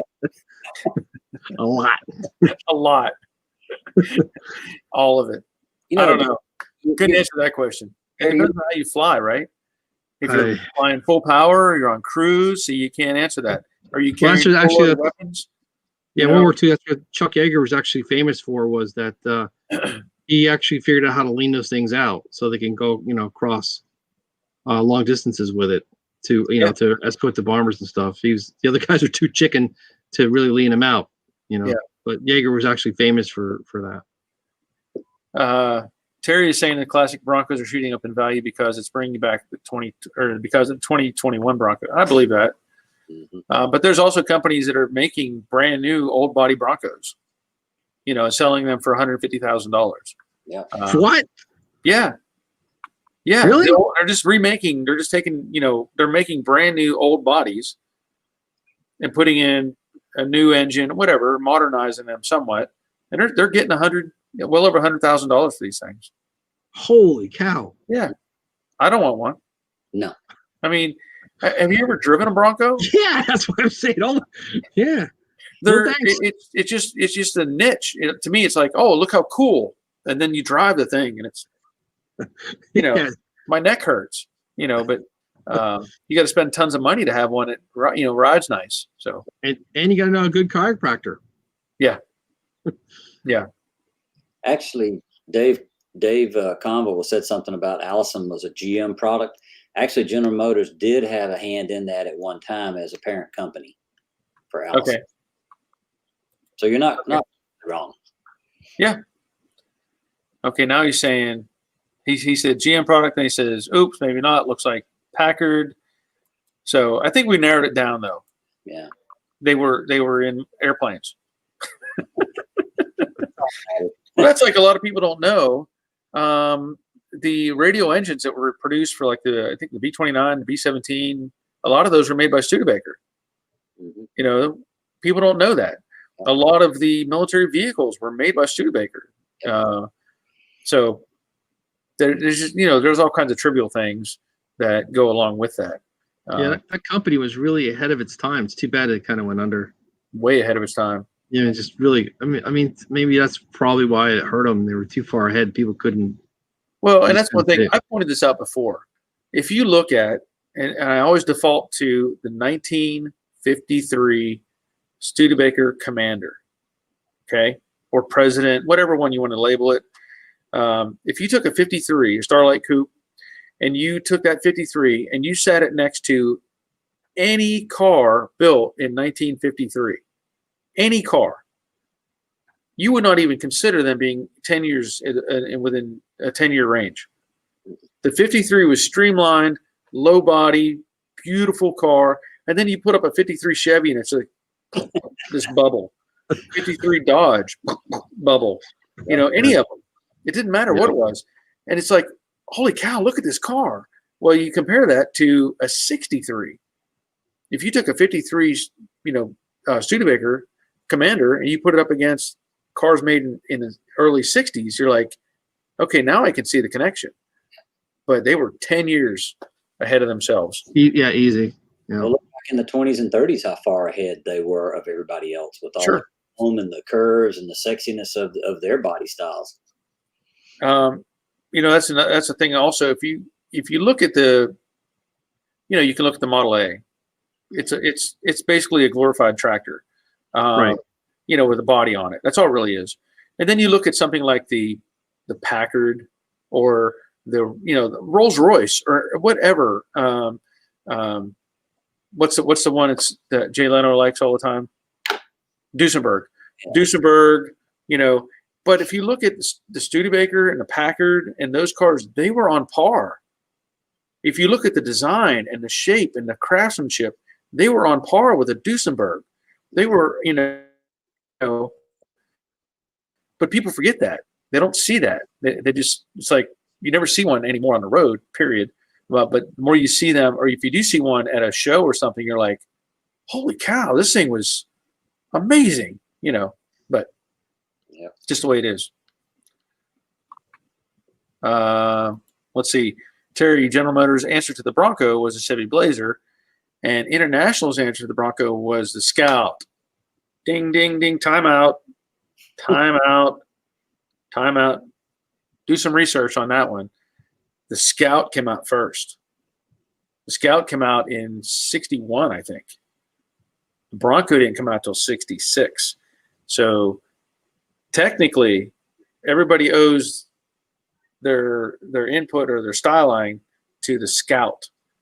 If you take a 61 Scout and you follow the generations, you can take a Bronco and put it next to it and like, oh, they just retooled a Scout. That's all they did. So International Scout gets the credit in my mind. But I see where you're coming from, but that's and in fact, the new Bronco, if you look at the old Scout design and the new Bronco, you're like, oh, all they did was put in new headlights. I mean, it's that's why I look, that's what I see. Yeah, they keep bringing back some of these old body styles, which are pretty cool. They're just bringing them back. I mean, like, so over the weekend, I'm coming home and I'm beat the hell as usual, from working on the car and dealing with everything from living up here. And I'm at the light and I look over like, oh, that's a pretty cool looking SUV. And I look at it, it's a Jaguar. Really? A Jaguar SUV. I'm like, but they all look like similar. That's like, they're not that much different looking, from. Well, what I would like to see, I want to see all the new truck designs that they've come out with in the last 5-10 years. Just throw them away. Yeah. Just throw them away. Great big boxy, and they're all going for the biggest boxy, clunky looking thing they can come up with. So it's like a little semi truck, and you can't use it. You can't put anything in the bed. You can't hardly get in and out of the thing. You can't see over anything. Stop it. Just stop it. You can still build a drivetrain that'll support a stylized body that doesn't have to look like a freight train. Yeah. I hate it. And I don't care who it is, Ford, Dodge, Chevy, GMC. These big, ugly box trucks are just all the same. Yeah, and if they could take all the modern technology, and let's go back to the 60s. 60, 69, 70, 72. Well, even if you go into the early 60s, Yeah. where you had the Ford, the Chevy, the Dodge, any of those, why don't they do a retro styling of those? Mm-hmm. I don't care about these new big ugly chrome, this ugly that. It doesn't. I don't like it anymore. I want to see a restyled vintage 60s or even early 70s. Any of those, I think, would be a big plus. But Yeah. Chevy looked at Ford and said, "Man, that's an ugly truck." And Dodge says, "Here, hold my beer." yeah, it's like a competition. Who can make the biggest, ugliest truck? Free. I just can't stand them. I don't. They're not practical at all. No. I wish it was 70 Nova that I had. Let's see. Oh, okay. Roger's saying all the old Allison buildings in Indy are now Rolls. So they're owned by Rolls, I guess. Cooterlev, Studebaker pickups, however, not so much. Oh, I don't know about that. You need to go to the 37. Go back to 37 to find the most beautiful pickup made. Is the Studebaker pickup truck. I'd have to argue with that one. Dave was saying if you get the chance to look up the Case automobile from the 1920s, very advanced auto. I guess is that the tractor company that made Case automobiles? Yeah, probably so. Did you know International Harvester made a car? Well, they used to. They did at one time, yeah, in the teens. Well, they made, and that's where the Scout line. They had the trucks. I mean, like Farmall International back in 1913, 14, 15, somewhere in that range. It was like a horse and buggy with an engine. I didn't know they made them until 2 years ago. Well, if you really go back, there was like hundreds of car manufacturers in the 1910s. Whatever. It was like if you could throw a little engine on a buckboard, you were a car company. So, Welder 4956 loves Studebaker pickups. Yep. I know. I will say the truck bed on a 63 Champ is not beautiful. They I don't know how they stylize from a 63 Champ to have this nice curvy body. It looks like a glorified Lark. And then you have this squared off bed. It makes no sense. They could have done a lot better job. Yeah, the boxy trucks, his daughter calls them cheese wagons. Terry Baptist, if Ford is bringing back the Bronco, will Chevy bring back the Blazer? Maybe. I know they're coming out with another Hummer version, something with the Hummer, maybe even electric. Maybe I read something about that. But Gordon Cajon, trucks with back seats bigger than the bed suck. Yes, especially the Dodge. You look at the Dodge, mega cab, where it's like the truck bed is this long and the cab is a Suburban. Why bother? Why? Yeah. Hindsight, Roger, the 100th anniversary Chevy should have been a retooled 68. I'll go with that. Yep. Derek Pro, I agree, Barry. I've been saying that for years. It would have also saved our motor industry here. Ours, all imports now. Yep. That's in Australia. I mean, I just don't get it. The bigger and uglier you make the truck, and then people are just buying them up like candy. And they're not cheap. And you're paying 70, 80 grand for this great big blah. I just hate it. International Harvester made high wheel autos in the late 1890s. Yep. So thank you, Dave. Yep, thanks. Oh, there it is. Cooterlev 37 Coupe Express was a coupe with a truck bed. Well, it still counts. It was still one of the most beautiful trucks ever. There you go. Coupe Express. Yep. Still one of the most beautiful trucks ever made. May not have been practical, but it was a beautiful truck. 30. Okay. It is now 20 after 9. Wow. I've been on for 2 hours and 20 minutes, so I'm 20 minutes over my scheduled time limit, whatever. Yeah, well, it's not like you got to get up to go to work tomorrow. That's true. That is true. Yeah, but he does. At 4 o'clock in the morning, I'll be getting up, heading out the door. Yep. Oh, so Derek got is going to try 150,000. I'm not sure what he's referring to. Those Broncos, maybe. And is that U.S. money or British money or what? Well, he's in Australia. Okay, all right. So Either way, it's a lot. Yeah, it's a lot. You put a 150 in a K. It doesn't matter if it's what country it's from. Yeah, Kuderlev, beautiful design. Maybe the first crossover. Yeah, very true. Anyway, this has been fun. Yeah, enjoy it. Thanks. I like having these conversations and chats and talks and, get input and questions and all. It doesn't have to be anything totally Mustang related or whatever. Questions and answers, it's all good. So I do own a Mustang though, Barry. So, what's that? I said I do own a Mustang. Yeah, well, sort of. It's not a real Mustang. Not a real Mustang. No 8, Let's see. Oh, okay. So, Derek is saying the most dual cab utes. So he's talking about the big trucks, like we're talking about, that are going for $150,000 in Australia. That's why they build them, because they're getting stupid money for them. Yeah. All right. I'm going to sign you two off. All right. Thank you for being here. Appreciate it. And maybe we'll do this again next time. So yeah, I'm gonna work on getting you some videos. Okay. I want to see more on that your blaster.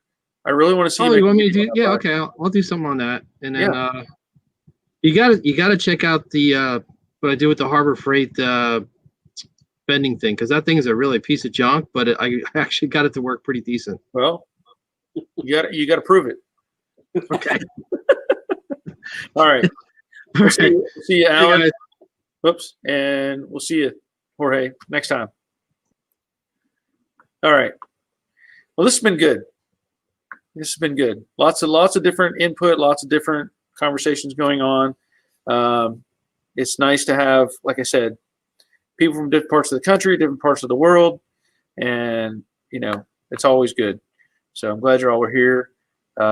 Dave saying good night. Gordon is talking about Little Red Express, also pretty. Yes, I'll give you a bell for that. Derek says Ford and Chevy. Yep. DP is good night. Hindsight, Roger, good night to you. Derek Pro, good night, guys. Catch you next time. We'll see you. Yeah, Terry Baptist is not that simple. There are many crash standards and emissions compliance testing that has to meet. Yeah, that is true, but they can do it without such a giant package. I think there's ways to get around it and make it work. Bob, good session. Lots of good info. Thank you for being here. Randall Heath, good night. Going to hop on my new, to me, Indian Chieftain. I'll give you a bell for that. I'll give you 2 bells. Good night. Don't let the bed bugs bite. Yep. Taps. Maybe I should come up with a closing song, I guess. Anyway, I want to thank you all for being here. It's been a good session, and I'll be back. I don't know who else will be here, but I'll be back Thursday at 3 p.m. So look forward to that. And I'm hoping to get a video out very soon on this front runner system. So we'll see that soon as well. So until next time, take care of yourselves. See ya.